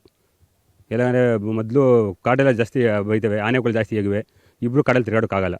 ಅದಕ್ಕೆ ನಮ್ಗೆ ಏನಿದ್ರು ಸರ್ ಸ್ಟಾಪ್ ಎಕ್ಸ್ಟ್ರಾ ಕೊಡುವತ್ತೋ ಕಡಿಮೆ ಮಾಡೋಕ್ಕಿಲ್ಲ ಸರ್ ಸ್ಟಾಪು. ವಿಚಾರ ಆಲ್ರೆಡಿ ಪ್ರಚಾರ ಮಾಡಿದ್ದೀವಿ, ತೆಗೆದಾಕಿಲ್ಲ. ಕ್ಯಾಂಪ್ ಸಂಖ್ಯೆ ಇನ್ನೂ ಕಮ್ಮಿ ಮಾಡ್ತಾ ಇದ್ದಾರೆ. ಕ್ಯಾಂಪ್ ಸಿಬ್ಬಂದಿ ಸದ್ಯಕ್ಕೆ ನಾವು ಥರ ಆಲೋಚನೆ ಇಲ್ಲ. ಸುದ್ದಿ ಇರ್ಬೋದು, ಆಲ್ರೆಡಿ ಒಬ್ಬರು ಕಮ್ಮಿ ಆಗಿರೋದ್ರಿಂದ. ಇಲ್ಲ ಬೇರೆ ಕಡೆ ಎಲ್ಲ ಚರ್ಚೆಗಳಾಗಿ ನಮ್ಮಲ್ಲಷ್ಟೇ 3 ಜನ ಇರೋದು, ಬೇರೆ ಕಡೆ 4 ಜನನೇ ಇದ್ದಾರೆ. ಕಾಳಿ ಟೈಗರ್ಸರಲ್ಲೂ 3 ಜನ ಇದ್ದಾರೆ. ಕಾಳಿ ಗೊತ್ತಿಲ್ಲ. ನಮ್ಮ ಇದು 2 MMLs ಮತ್ತು BRT 4 ಜನ ಇದ್ದಾರೆ. ನಾವು ಇಡೀ ಸ್ಟೇಟಲ್ಲಿ ತಿರುಗೋದಲ್ಲ, ಕಾಳಿದಲ್ಲಿ ಮಾತ್ರ ಅಲ್ಲಿ ಕಮ್ಮಿ ಇದೆ. ನಮ್ಮಲ್ಲಿ 4 ಜನ ಇದ್ದು 3 ಜನ. ನಾವು ಇನ್ನೂ 1 ಜನ ಜಾಸ್ತಿ ಮಾಡಬೇಕು ಅಂತೀನಿ ಹೊರತು ಕಡಿಮೆ ಮಾಡಬೇಕು ಅಂತೀನಿ ಇಲ್ಲ. ಈ ಎಲ್ಲ ಪಾಯಿಂಟ್ಗಳನ್ನು ಕೂಡ ಚರ್ಚೆ ಮಾಡಿದ್ವಿ ಮೊನ್ನೆ ಮುಖ್ಯಮಂತ್ರಿಗಳಿಗೆ. ಇದೆಲ್ಲ ಮನವಿ ಕೊಟ್ಟಾಗ ನೀವು ಹೇಳಿದಷ್ಟು ಪಾಯಿಂಟ್ಗಳನ್ನು ಚರ್ಚೆ ಮಾಡಿದ್ವಿ. ನಿಮ್ಮ ಸಂಬಳ ತಿಂಗಳಿಗೆ ಆಗದೆ ಇರುವಂಥದ್ದು, ಕಡಿಮೆ ಸಂಬಳ, 24 ದಿನ ಇರೋದನ್ನು 30 ದಿನದ ಸಂಬಳ ಕೊಡಬೇಕು. ಆಮೇಲೆ ಭಾನುವಾರದ 30 ರೂಪಾಯಿ ಏನು ಸಿಗುತ್ತೆ ಅದನ್ನು ಅಟ್ಲೀಸ್ಟ್ ಒಂದು 500 ಮಾಡಿ. ಪೊಲೀಸ್ ಇಲಾಖೆಯಲ್ಲಿ ಏನು ಫೈನ್ ಇದೆ ಅದು. ರೇಷನ್ ವಿಚಾರಕ್ಕೂ ಅಷ್ಟೇ 80 ರೂಪಾಯಿ ಏನೋ ಇದೆಯಲ್ವಾ, 80 ಇರೋದು ಅಟ್ಲೀಸ್ಟ್ ಒಂದು 130 ಹಂಗಾದರೂ ಮಾಡಿ. ಯಾಕಂದರೆ ಯಾವ ಕಾಲದ ಹಿಂದೆ ಅದನ್ನು ಫಿಕ್ಸ್ ಮಾಡಿರೋದು, ಇನ್ಫ್ಲೇಷನ್ ಆಗಿ ಇವತ್ತು ಬೆಲೆ ಏರಿಕೆ ಹೆಂಗಾಗಿದೆ ಅಂತಂದರೆ. ಸೊ ರವಿ ಸರ್ ಅದೇ ಹೇಳ್ತಾ ಇದ್ರು. ಈಗ ಏನು ಸರ್ ಅನ್ನಭಾಗ್ಯದ್ದು ಇದು ಕೊಡ್ತಾರಲ್ಲ, ಅಕ್ಕಿ ಕೊಡೋದು ಇದ್ರಲ್ಲಿ ಎಷ್ಟು ಸರ್? 167 ಇದೆ ಸರ್. ಇದೇ ಸಂಬಳ ಕೊಡ್ತೀವಿ ಅಂತ ನಮಗೆ ಎಲ್ಲ ಪಾಳಿ ವ್ಯವಸ್ಥೆ ಮಾಡಿಕೊಡಿ ಸರ್. 8 ಅವರ್ ಒಬ್ರಿಗೆ ಪಾಳಿ ವ್ಯವಸ್ಥೆ ಅದನ್ನು ಹಾಕಿದ್ದೀವಿ ನಾವು. ಕ್ಯಾಂಪ್ ಸ್ಟಾಫ್ ಸಂಖ್ಯೆನ ಜಾಸ್ತಿ ಮಾಡಿದ್ರೆ ಆವಾಗ ಶಿಫ್ಟ್ಗೆ ಅನುಕೂಲ ಆಗುತ್ತೆ, ಮತ್ತು ಒಬ್ಬರು ರಿಲಿವರ್ ಸಿಗ್ತಾರೆ, ಆವಾಗ ಒಬ್ಬರು ರಜಕ್ಕೆ ಹೋಗ್ಬೋದು ಅಂತ ಹೇಳ್ಬಿಟ್ಟು ಹಾಕಿದ್ದೀವಿ. ಅರಣ್ಯ ಸಂರಕ್ಷಣೆಗೆ ತಮ್ಮ ಬದುಕನ್ನೇ ಮುಡುಪಾಗಿಟ್ಟ ಈ ಕಾವೇರಿ ವನ್ಯಜೀವಿ ಧಾಮದ ಅರಣ್ಯ ಸಿಬ್ಬಂದಿಗಳ ಜೊತೆಗಿನ ನಮ್ಮ ಮುಕ್ತ ಸಂವಾದ ಮುಂದುವರೆದಂತೆ ಈ ಮುಂಚೆ ನಾವು ಕೇಳರಿಯದ ಇನ್ನೂ ಎಷ್ಟೋ ವಿಚಾರಗಳು ಮುನ್ನೆಲೆಗೆ ಬಂದಿದ್ದು ನಮ್ಮ ಈ ಅಭಿಯಾನದ ಹಿಂದಿನ ಉದ್ದೇಶವನ್ನ ಪುರಸ್ಕರಿಸಿದಂತಿತ್ತು.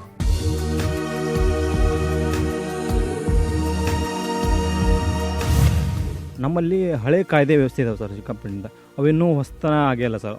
ಅವನ್ನ ತಿದ್ದುಪಡಿ ಮಾಡಿ ಈಗಿನ ಕಾಲಕ್ಕೆ ಏನಿದೆ ವ್ಯವಸ್ಥೆ ಬೇಕಲ್ಲ ಆ ಥರ ಕಾಯ್ದೆಗಳನ್ನ ರಚನೆ ಮಾಡೋಕ್ಕೆ ಒಂದು ಸಮಿತಿ ಏರ್ಪಾಟ್ ಮಾಡಿಬಿಟ್ಟು ಆ ಥರ ಮಾಡ್ಬೇಕಂತ ರಿಕ್ವೆಸ್ಟ್ ಮಾಡ್ತೀನಿ ಸರ್. ಎಕ್ಸಾಂಪಲ್ ಹೇಳಪ್ಪ. ಅಂದರೆ ದಂಡಗಳು ಕಡಿಮೆ ಇದಾವೆ ಸರ್. ಮುಂಚೆ ಎಲ್ಲ ವೈಲ್ಡ್ ಲೈಫಲ್ಲೂ ದಂಡ ಕೊಡುವಂಥ ಇಲ್ಲ ಸರ್. ಮತ್ತು ಇನ್ನೊಂದು ಶಿಕ್ಷೆ ಪ್ರಮಾಣ ಕಡಿಮೆ ಇದೆ ಸರ್. ಒಂದು ಸ್ವಲ್ಪ ಇನ್ನೂ ಗಟ್ಟಿಯಾಗಿ ಮಾಡ್ಬೇಕು ಸರ್. ಮತ್ತು ಇನ್ನೊಂದು ಕಾನೂನು ವ್ಯವಸ್ಥೆಯಲ್ಲಿ ನಾವು ಕೇಸ್ ಮಾಡ್ತೀವಿ ಸರ್, ಈಸಿಯಾಗಿ ಅವ್ರಿಗೆ ಬೇಲ್ ಸಿಕ್ಬಿಡ್ತಿದೆ ಸರ್.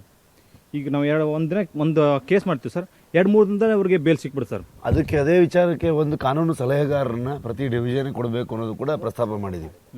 ಸೊ ಒಬ್ಬರು ಇದ್ದಾಗ ನೀವು ಯಾವ ರೀತಿ ಅವರು ಕೇಸ್ ಮಾಡ್ಬೋದು, ಎಷ್ಟು ಗಟ್ಟಿಯಾಗಿರ್ಬೇಕಾ ಕೇಸು ಅನ್ನೋದು ಇಲಾಖೆಗೂ ಕೂಡ ಸಜೆಸ್ಟ್ ಮಾಡೋದಕ್ಕೆ ಒಬ್ಬರು ಕಾನೂನು ಸಲಹೆಗಾರ ಇದ್ದಾರೆ ಪ್ರತಿ ಡಿವಿಷನ್ಗೆ. ಅವಾಗ ಅದನ್ನು ಸರಿಯಾದ ರೀತಿಯಲ್ಲಿ ಅವರಿಗೆ ಅದು ಶಿಕ್ಷೆ ಆಗೋ ರೀತಿಯಲ್ಲೇ ಕೇಸ್ಗಳು ಮಾಡ್ಬೋದು ಅನ್ನೋ ಒಂದು ಪ್ರಸ್ತಾಪ. ಅದು ಅವ್ರ ಕೈಯಲ್ಲೇ ಇದೆ. ಕರೆಕ್ಟಾಗಿ ನೀವು ಸೆಕ್ಷನ್ಸ್ನ ಇದು ಮಾಡಬೇಕು. ಅದಕ್ಕೆಲ್ಲ ಎವಿಡೆನ್ಸು ಎಲ್ಲ ಇದು ಮಾಜರ್ ಡ್ರಾ ಮಾಡೋದು ಅದೆಲ್ಲ ಕರೆಕ್ಟಾಗಿ ಮಾಡಬೇಕು. ಪರ್ಫೆಕ್ಟಾಗಿ ಮಾಡಿದರೆ ಯಾರೂ ಎಸ್ಕೇಪ್ ಆಗೋಕ್ಕಾಗಲ್ಲ. ಅದು ಶಿಕ್ಷೆ ಕೊಡ್ಸೋದು ನಿಮ್ಮ ಕೈಯಲ್ಲೇ ಇದೆ. ಈಗ ನಾವು ಕೇಸ್ ಹಿಡಿತೀವಿ, ಎಲ್ಲ ಮಾಡ್ತೀವಿ. ಈ FSL ಅಂದರೆ ಈ ಬಂದೂಕುಗಳ ಸೀಸ್ ಮಾಡ್ತೀವಿ ಸರ್. ಆಮೇಲೆ ನಾವು ಅದನ್ನ ಒಂದು ಬ್ಯಾಲಿಸ್ಟಿಕ್ ರಿಪೋರ್ಟ್ಗಾಗಿ ನಾವು FSL ಬೆಂಗಳೂರು ಕಳಿಸ್ತೀವಿ. ಈಗ ಪೊಲೀಸ್ ಇಲಾಖೆಯಲ್ಲಿ ಏನು FSL ಕಳಿಸಿದ್ರು ಫ್ರೀ ಇದೆ. ಆದರೆ ನಮ್ಮ ಇಲಾಖೆಗೆ 4 ಐಟಮ್ಗೆ 5,000 ಇರುತ್ತೆ. ಆಮೇಲೆ ಒಂದೊಂದು ಹೆಚ್ಚುವರಿ ಆದ 1,000 ಆ ಥರ ಇದೆ. ಈಗ ಒಂದು ಕೇಸ್ ನಾವು ಹಿಡಿತೀವಿ, ಗನ್ ಕೇಸ್ ಅಂದರೆ 2 ಗನ್ನು ಮತ್ತು ಮದ್ದು ಗುಂಡು ಎಲ್ಲ ಸೀಸ್ ಮಾಡಿರ್ತೀವಿ. ಒಂದು ನಾವು ಬ್ಯಾಲಿಸ್ಟಿಕ್ ರಿಪೋರ್ಟ್ ಕಳಿಸ್ಬೇಕು ಅಂತ 10,000 ಖರ್ಚು ಮಾಡಬೇಕು. ಅದು 10,000 ನಮ್ಮ ಪ್ಯಾಕೆಟಿಂದ ಕೊಡ್ತೀವಿ. ಓಕೆ, ಅಲ್ಲಿ ಏನು ಮಾಡ್ತಾರೆ ಸರ್ಕಾರದಲ್ಲಿ ಅವಕಾಶ ಇಲ್ಲ. ಇಲ್ಲ ಸರ್, ಅವಕಾಶ ಇಲ್ಲ. ಅದನ್ನ ನಾವು ಬ್ಯಾಲಿಸ್ಟಿಕ್ ರಿಪೋರ್ಟ್ಗೆ ವಿತಿನ್ 15 ಡೇಸು. ಈಗ ಒಂದು ಸರ್ ನಮ್ಮ ಫಾರೆಸ್ಟ್ ಒಂದು FSL ಓಪನ್ ಆಗ್ತೀವಿ ಸರ್. ಈಗ ಸರ್ಕಾರದ ಹಂತಲ್ಲಿ ಇದೆ. ದಯವಿಟ್ಟು ಇದನ್ನ ನಮ್ಮ ಮಾನ್ಯ ಸಚಿವರು ಹೇಳಿದ್ರೆ ಫ್ರೀ ಮಾಡ್ಕೊಡ್ತಾರಂತ ಸರ್. ಮೊನ್ನೆ FSL ಒಂದು ಟ್ರೈನಿಂಗ್ ಹೋಗಿದೆ, ಅಲ್ಲಿ ಹೇಳಿದ್ರು. ಈಗ ನಮಗೆ ಇನ್ನು 3 ತಿಂಗಳಲ್ಲಿ ನಾವು ಫಾರೆಸ್ಟ್ FSL ಅಂತ ಒಂದು ಲ್ಯಾಬ್ ಮಡಿವಾಳದಲ್ಲಿ ಓಪನ್ ಆಗ್ತಿದ್ದೀನಿ ಸರ್. ಅಲ್ಲಿ ಅದೊಂದು FSLದು ಮತ್ತು ಯಾವುದೇ ಇನ್ನು ಕೇಸ್ ಹಿಡಿದಾಗ ಈ ಜಿಂಕೆ ಮಾಂಸ ಸಿಗುತ್ತೆ, ಅದನ್ನು ನಾವು CCMB ಕಳಿಸ್ತೀವಿ. ಅಲ್ಲೂ ನಾವು 600 ರೂಪಾಯಿ ಪೇ ಮಾಡಬೇಕು. ನಾವು ಏನು ಸೀಸ್ ಮಾಡ್ತೀವಿ ಸರ್, ಗನ್ ಆಗಲಿ ಮಾಂಸದಾಗಲಿ ಸೀಸ್ ಮಾಡಿದಾಗ ನಾವು FSLಗೆ ಗನ್ಗಳು ಕಳಿಸ್ತೀವಿ. CCMBಗೆ ಫ್ಲಶ್ಗಳೆಲ್ಲ ನಾವು ರಿಮಿಟ್ ಎಲ್ಲ ಕಳಿಸುವಾಗ ಅದಕ್ಕೆ ಏನು ಚಾರ್ಜಸ್ ಇದೆ ಸರ್, ಅದನ್ನೆಲ್ಲ ಫ್ರೀ ಆಫ್ ಆಗಬೇಕು.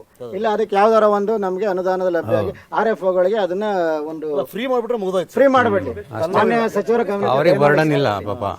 ಲೀಗಲಿ ಒಂದು ಪಾಪ ಅವ್ರಿಗೆ ಬರ್ಡನ್. ನಾವು ಸಚಿವರಿಗೆ ಮಾತಾಡುವಂಥದ್ದು ಇದೆಯಲ್ಲ, ಆ ಸಚಿವರಿಗೆ ಇದನ್ನು ನೇರವಾಗಿ ನಾವು ಗೌರ್ಮೆಂಟ್ ಲೆವೆಲಲ್ಲಿ ಒಂದು ತೀರ್ಮಾನ ಆಗಿ ಕೈಯಿಂದ ದುಡ್ಡು ಕೊಡೋದಕ್ಕಿಂತ ಇಂಪಾರ್ಟೆಂಟ್ ವೀಕ್ ಆಗುತ್ತೆ ಕೇಸ್ ಅನ್ನೋದು ಬಹಳ ಇಂಪಾರ್ಟೆಂಟ್. ಪ್ರಶ್ನೆ ಮಾಡಿದಾಗ ಉತ್ತರ ಕೊಡೋಕ್ಕಾಗಲ್ವಲ್ಲ ಸರ್. ಈಗ ಮಾಡದೆ ಹೋದ್ರೆ ಇಲ್ಲಿ ಕೇಸ್ ಒಂದು ವಾರದೊಳಗೆ ನಮ್ಗೆ ರಿಪೋರ್ಟ್ಸ್ ಬೇಕು ಸರ್. ಅದನ್ನ ನಾವು ಕಳಿಸ್ಲೇಬೇಕು. ಚಾರ್ಜ್ ಶೀಟ್ಗೆ ನಾವು ಅದಕ್ಕೆ ರಿಪೋರ್ಟ್ FSL ರಿಪೋರ್ಟ್ ಕನ್ಕ್ಲೂಡ್ ಮಾಡೇ ಕಳಿಸ್ಬೇಕು. ಸೊ ಆ ಥರ ಆದಾಗ ಅದೊಂದು ಫ್ರೀ ಆಫ್ ಇದನ್ನು ಮಾಡಲಿಕ್ಕೆ ಒಂದು ಸುತ್ತೋಲೆ ಓಡಿಸಿದ್ರೆ ಆಯ್ತು. ಅರಣ್ಯ ಕೇಸಸ್ ನಮ್ಮ ವೈಲ್ಡ್ ಲೈಫಲ್ಲಿ ಏನಿದೆ ಸರ್, ನಮ್ಮ ಬೌಂಡ್ರಿಯಿಂದ 5 ಕಿಲೋಮೀಟರ್ ವ್ಯಾಪ್ತಿಯಲ್ಲಿ ಎಷ್ಟು ಊರುಗಳು ಬರ್ತಾವಲ್ಲ ಆ ಊರುಗಳಿಗೆಲ್ಲ ಇವ್ರು ಹೋಗಿ ಮಹಾಜರ್ ಮಾಡಲೇಬೇಕು ಸರ್. ಅದು ಕಂಪಲ್ಸರಿ, ಅದು ಅವರು ರೊಟೀನ್ ವರ್ಕು. ಆ ಒಂದು ದಿನದಲ್ಲೇ ಅವರು ಅಷ್ಟೆಲ್ಲ ಕಿಲೋಮೀಟರ್ ಜರ್ನಿ ಮಾಡ್ತಾರೆ ಸರ್. ಕೆಲವ್ರ ಹತ್ರ ಬೈಕ್ ಇರೋದಿಲ್ಲ, ಇನ್ನು ಕೆಲವರು ಪೆಟ್ರೋಲ್ ಇದಿರೋದಿಲ್ಲ. ಸೊ ನಮ್ಮಲ್ಲಿ ಏನಾಗುತ್ತೆ ಸರ್, ಆ ಪೆಟ್ರೋಲ್ಗೆ ಅಥವಾ ಫ್ಯೂಯಲ್ಗೆ ಒಂದು ಏನಾದರೂ ಒಂದು ಅಲವೆನ್ಸು ಆ ಥರ ಒಂದು ಅವಕಾಶ ಮಾಡಿಕೊಡ್ಬೇಕು ಸರ್. ಆಮೇಲೆ ಸ್ವಲ್ಪ ಬೈಕ್ಗಳನ್ನ ಇನ್ನೂ ಜಾಸ್ತಿ ಪ್ರೊಕ್ಯೂರ್ ಮಾಡಿಕೊಂಡು ನಮ್ಮ ಸಿಬ್ಬಂದಿಗಳಿಗೆ ಕೊಡ್ಬೇಕಂತ ಇವೆಲ್ಲ ಪಾಯಿಂಟು ನನ್ನ ಕಡೆಯಿಂದ ಸರ್. ಡಿಪಾರ್ಟ್ಮೆಂಟ್ ಬೈಕ್ಗಳು ಇದಾವೆ ಇಲ್ಲಿ? ಇದಾವೆ ಸರ್ ಒಂದು ರೇಂಜ್ಗೆ ಸರ್. ಬಟ್ ಸಿಬ್ಬಂದಿಗಳು 9-10 ಜನ ಇರ್ತಾರೆ. ಬೈಕ್ಗಳು ಕಡಿಮೆ ಸರ್. ಅಟ್ಲೀಸ್ಟ್ ಗಾರ್ಡ್ಗಳಿಗೆ ಕೊಟ್ರೆ ಅಟ್ಲೀಸ್ಟ್ ವಾಚರ್ಗಳು ಅದನ್ನ ಯೂಸ್ ಮಾಡ್ಕೋತಾರೆ ಸರ್ ಅವ್ರ ಜೊತೆ ಹೋಗ್ಬೇಕಾದ್ರೆ. ಯಾಕಂದ್ರೆ ನಮ್ಮ ಬೌಂಡ್ರಿ ಒಬ್ಬ ಗಾರ್ಡ್ಗೆ ಮಿನಿಮಮ್ ಅಂದ್ರೆ 1,000 ಹೆಕ್ಟರ್ಸ್ ಏರಿಯಾ ಇರುತ್ತೆ ಸರ್. ಸೊ ಆ ಹೆಕ್ಟರ್ ಏರಿಯಾದಲ್ಲಿ ಬರ್ತಕ್ಕಂಥ ವಿಲೇಜ್ಗಳಾಗಿರ್ಬೋದು ಅಥವಾ ಎನ್ಕ್ಲೋಸರ್ ಆಗಿರ್ಬೋದು, ಅಲ್ಲೆಲ್ಲ ಓಡಾಡ್ಲಿಕ್ಕೆ ಅವರಿಗೆ ಬೈಕ್ ಅವಶ್ಯಕತೆ ಇದೆ ಸರ್. ಆಮೇಲೆ ಅದು ಸ್ವಲ್ಪ ಪೆಟ್ರೋಲ್ ಚಾರ್ಜಸ್ ಅನುಕೂಲ ಮಾಡಿಕೊಟ್ರೆ ತುಂಬಾ ಉಪಯುಕ್ತ ಆಗುತ್ತೆ ಸರ್. ಸುಮಾರು ನಮ್ಮ ಸಂಗಮ ರೇಂಜಲ್ಲಿ ಆಗಲಿ, ಮಲಗೂರು ಇಡೀ ನಮ್ಮ ಚಾಮರಾಜನಗರ ಸರ್ಕಲಲ್ಲಾಗಲಿ ಕ್ಯಾಂಪ್ಗಳಲ್ಲಿ ಕೆಲವೊಂದು ಕ್ಯಾಂಪ್ಗಳಲ್ಲಿ ಕರೆಂಟ್ ಇಲ್ಲ, ನೀರು ಸೌಲಭ್ಯ ಇಲ್ಲ ಅಂತ ಆಲ್ಮೋಸ್ಟು ಸೋಲಾರ್ ಸೌಲಭ್ಯ ಮಾಡ್ಕೊಡ್ಬೇಕು ಸರ್. ಇಲ್ಲ ಗ್ರಾಮಗಳ ಹತ್ರ ಇರುವಂಥ ಕ್ಯಾಂಪ್ಗಳಿಗಾರ ಕರೆಂಟು ನೀರಿನ ಸೌಲಭ್ಯ ಮಾಡ್ಕೊಡ್ಬೇಕು ಸರ್. ಅದೊಂದು. ಆಮೇಲೆ ಸರ್ ಈಗ ನಮ್ಮ ಸಾಹೇಬ್ರು ಹೇಳಿದ್ರೆ 8 ಅವರ್ ಡ್ಯೂಟಿ ಮಾಡಿ ರೆಸ್ಟ್ ಮಾಡಲಿ ಅಂತ, ಅದು ಅನ್ವಯಿಸೋಕ್ಕಾಗಲ್ಲ ಸರ್. ಅವ್ರು ಹೇಳ್ತಾರೆ, ಅವ್ರ ಸಾಹೇಬ್ರು ಹೇಳಿದ್ದಾರೆ. ಅಂದರೆ ಅವ್ರ ಕೆಳಗಡೆ ಇರುವಂಥ ಅಧಿಕಾರಿಗಳು ಅದಕ್ಕೆ ಅವಕಾಶ ಕೊಡೋಲ್ಲ. ಈಗ ಬೆಳಗ್ಗೆ ಫೀಲ್ಡ್ ಮಾಡ್ಕೊಂಡು ಬಂದಿರ್ತೀವಿ, ನೈಟಲ್ಲಿ ಈಗ ಒಂದು ರೈತರು ಫೋನ್ ಮಾಡ್ತಾರೆ ಆನೆ ಬಂದಿದೆ ಬನ್ನಿ ಅಂತ. ಅವಾಗ ಹೋದಾಗ ಅದೆಲ್ಲ ಹಿಂಸೆ ಆಗುತ್ತದೆ. ಯಾವ ಕ್ಯಾಂಪ್ ನಿಮ್ಮದು? ಮಕ್ಕಳಂತ ಕ್ಯಾಂಪ್. ನೀರಿಲ್ವಾ? ನೀರಿದೆ ಸರ್. ಉಳ್ಳೆ ವಸ್ತುಡಿ ಅಂತ ಒಂದು ಕ್ಯಾಂಪ್ ಇದೆ ಸರ್. ಅಲ್ಲಿ ಕರೆಂಟ್ ಇಲ್ಲ, ನೀರಿಲ್ಲ ಸರ್. ನೀವು ಹೇಳ್ತಾ ಇರೋದು ಉಳ್ಳೆ ವಸ್ತುಡಿ ಕ್ಯಾಂಪ್. ಉಳ್ಳೆ ವಸ್ತುಡಿ ಕ್ಯಾಂಪ್ ನಾನು ಸಾಹೇಬ್ರ ಹತ್ರ ಮಾತಾಡಿದ್ದೀನಿ. ಆ ಕ್ಯಾಂಪ್ ಕೂಡ ಈಗ ಉಳ್ಳೆ ಕೆಳಗಡೆ ನಮ್ಮ ರೈಲ್ವೆ ಬ್ಯಾರಿಕೇಡ್ ಪಕ್ಕಕ್ಕೆ ಶಿಫ್ಟ್ ಮಾಡಬೇಕು. ಹೊಟ್ಟೆವಣಿ ಸಮುದ್ರ ಹತ್ತಕ್ಕೆ, ಯಾಕೆ ಆನೆ ಹಾವಳಿ ಜಾಸ್ತಿ ಕಾನ್ಫ್ಲಿಕ್ಟ್ ಅಲ್ಲಿರೋದು.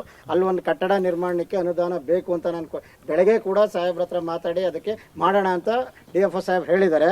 ಒಂದು ಬೇರೆ ಕ್ಯಾಂಪ್ಗಳಿಗೆ ಏನೇನು ನಿಮ್ಮ ನೀರು ಫೆಸಿಲಿಟೀಸ್ ಇಲ್ಲ, ಆದಷ್ಟು ನೀರು ಕೊಡ್ಸೋಕ್ಕೆ ವ್ಯವಸ್ಥೆ ಮಾಡಿದ್ದೀವಿ.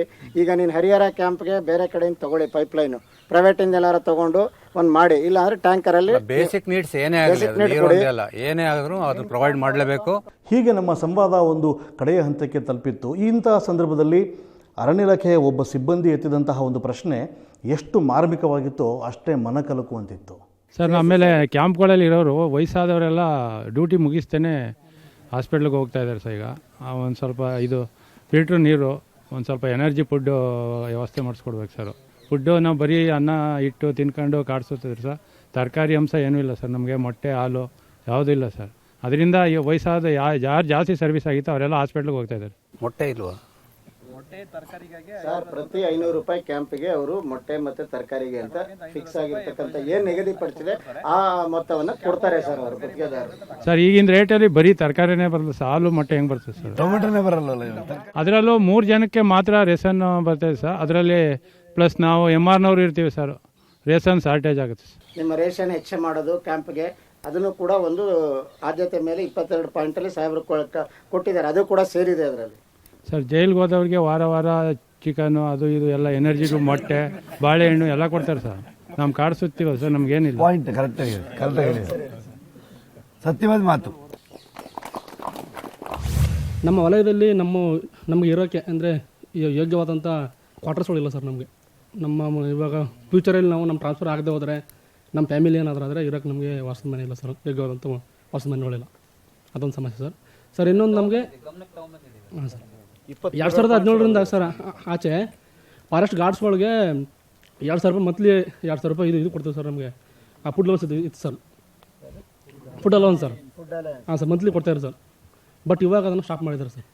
4 ವರ್ಷದಿಂದ ಈಚೆಗೆ ಕೊಡ್ತಾಯಿಲ್ಲ ಸರ್. ಅದೊಂದು ನಮಗೆ ಕಂಟಿನ್ಯೂ ಮಾಡಿಸ್ಬೇಕು ಸರ್. ಇನ್ನು ಕ್ವಾರ್ಟರ್ಸ್ ವಿಚಾರ ಹೇಳಿದ್ರಿ. ಈಗ ಆಲ್ರೆಡಿ ನಾವು ಸಂಗಮಲ್ಲಿ ಒಂದು 4 ಕಟ್ಟಿದ್ದೀವಿ. ಸೊ ಲಾಸ್ಟ್ ಟೈಮ್ ಅನುದಾನ ಬಂದಂಥ ಲಭ್ಯ ಇದ್ದಂಥ ಅನುದಾನದಲ್ಲಿ ಮಾಡಿದ್ದೀವಿ. ಈ ವರ್ಷ ಅನುದಾನ ಲಭ್ಯ ಬಂದರೆ RF ಅವ್ರ ಪ್ರಪೋಸಲ್ ಕೊಡಿ, ಒಂದು G+2 ಕ್ವಾರ್ಟರ್ಸ್ ಕೊಡಿ, ಎಲ್ಲರೂ ಒಂದು ಸೆಲೆಕ್ಟ್ ಮಾಡಿ ಬಂದರೆ ಮಾಡೋಣ ಕ್ವಾರ್ಟರ್ಸ್.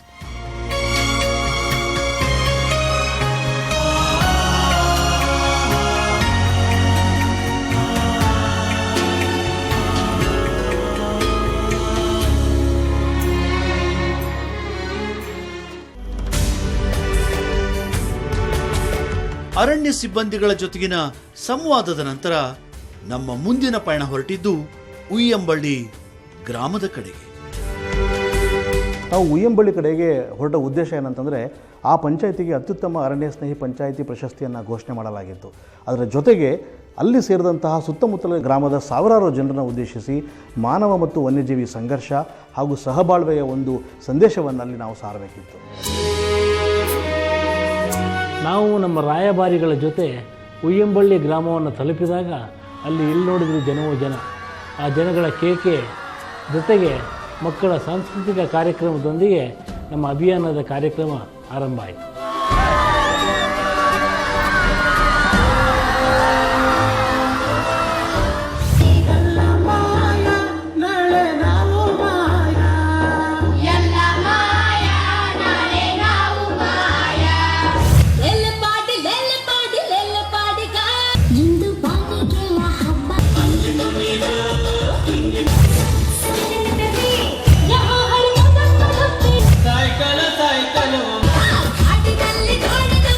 ಹೀಗೆ ಮಕ್ಕಳ ಸಾಂಸ್ಕೃತಿಕ ಕಾರ್ಯಕ್ರಮಗಳೆಲ್ಲ ಆದ ಮೇಲೆ ದೀಪ ಬೆಳಗೋದರ ಮೂಲಕ ಗಣ್ಯರು ಇಡೀ ಕಾರ್ಯಕ್ರಮಕ್ಕೆ ಚಾಲನೆಯನ್ನು ಕೊಟ್ಟರು.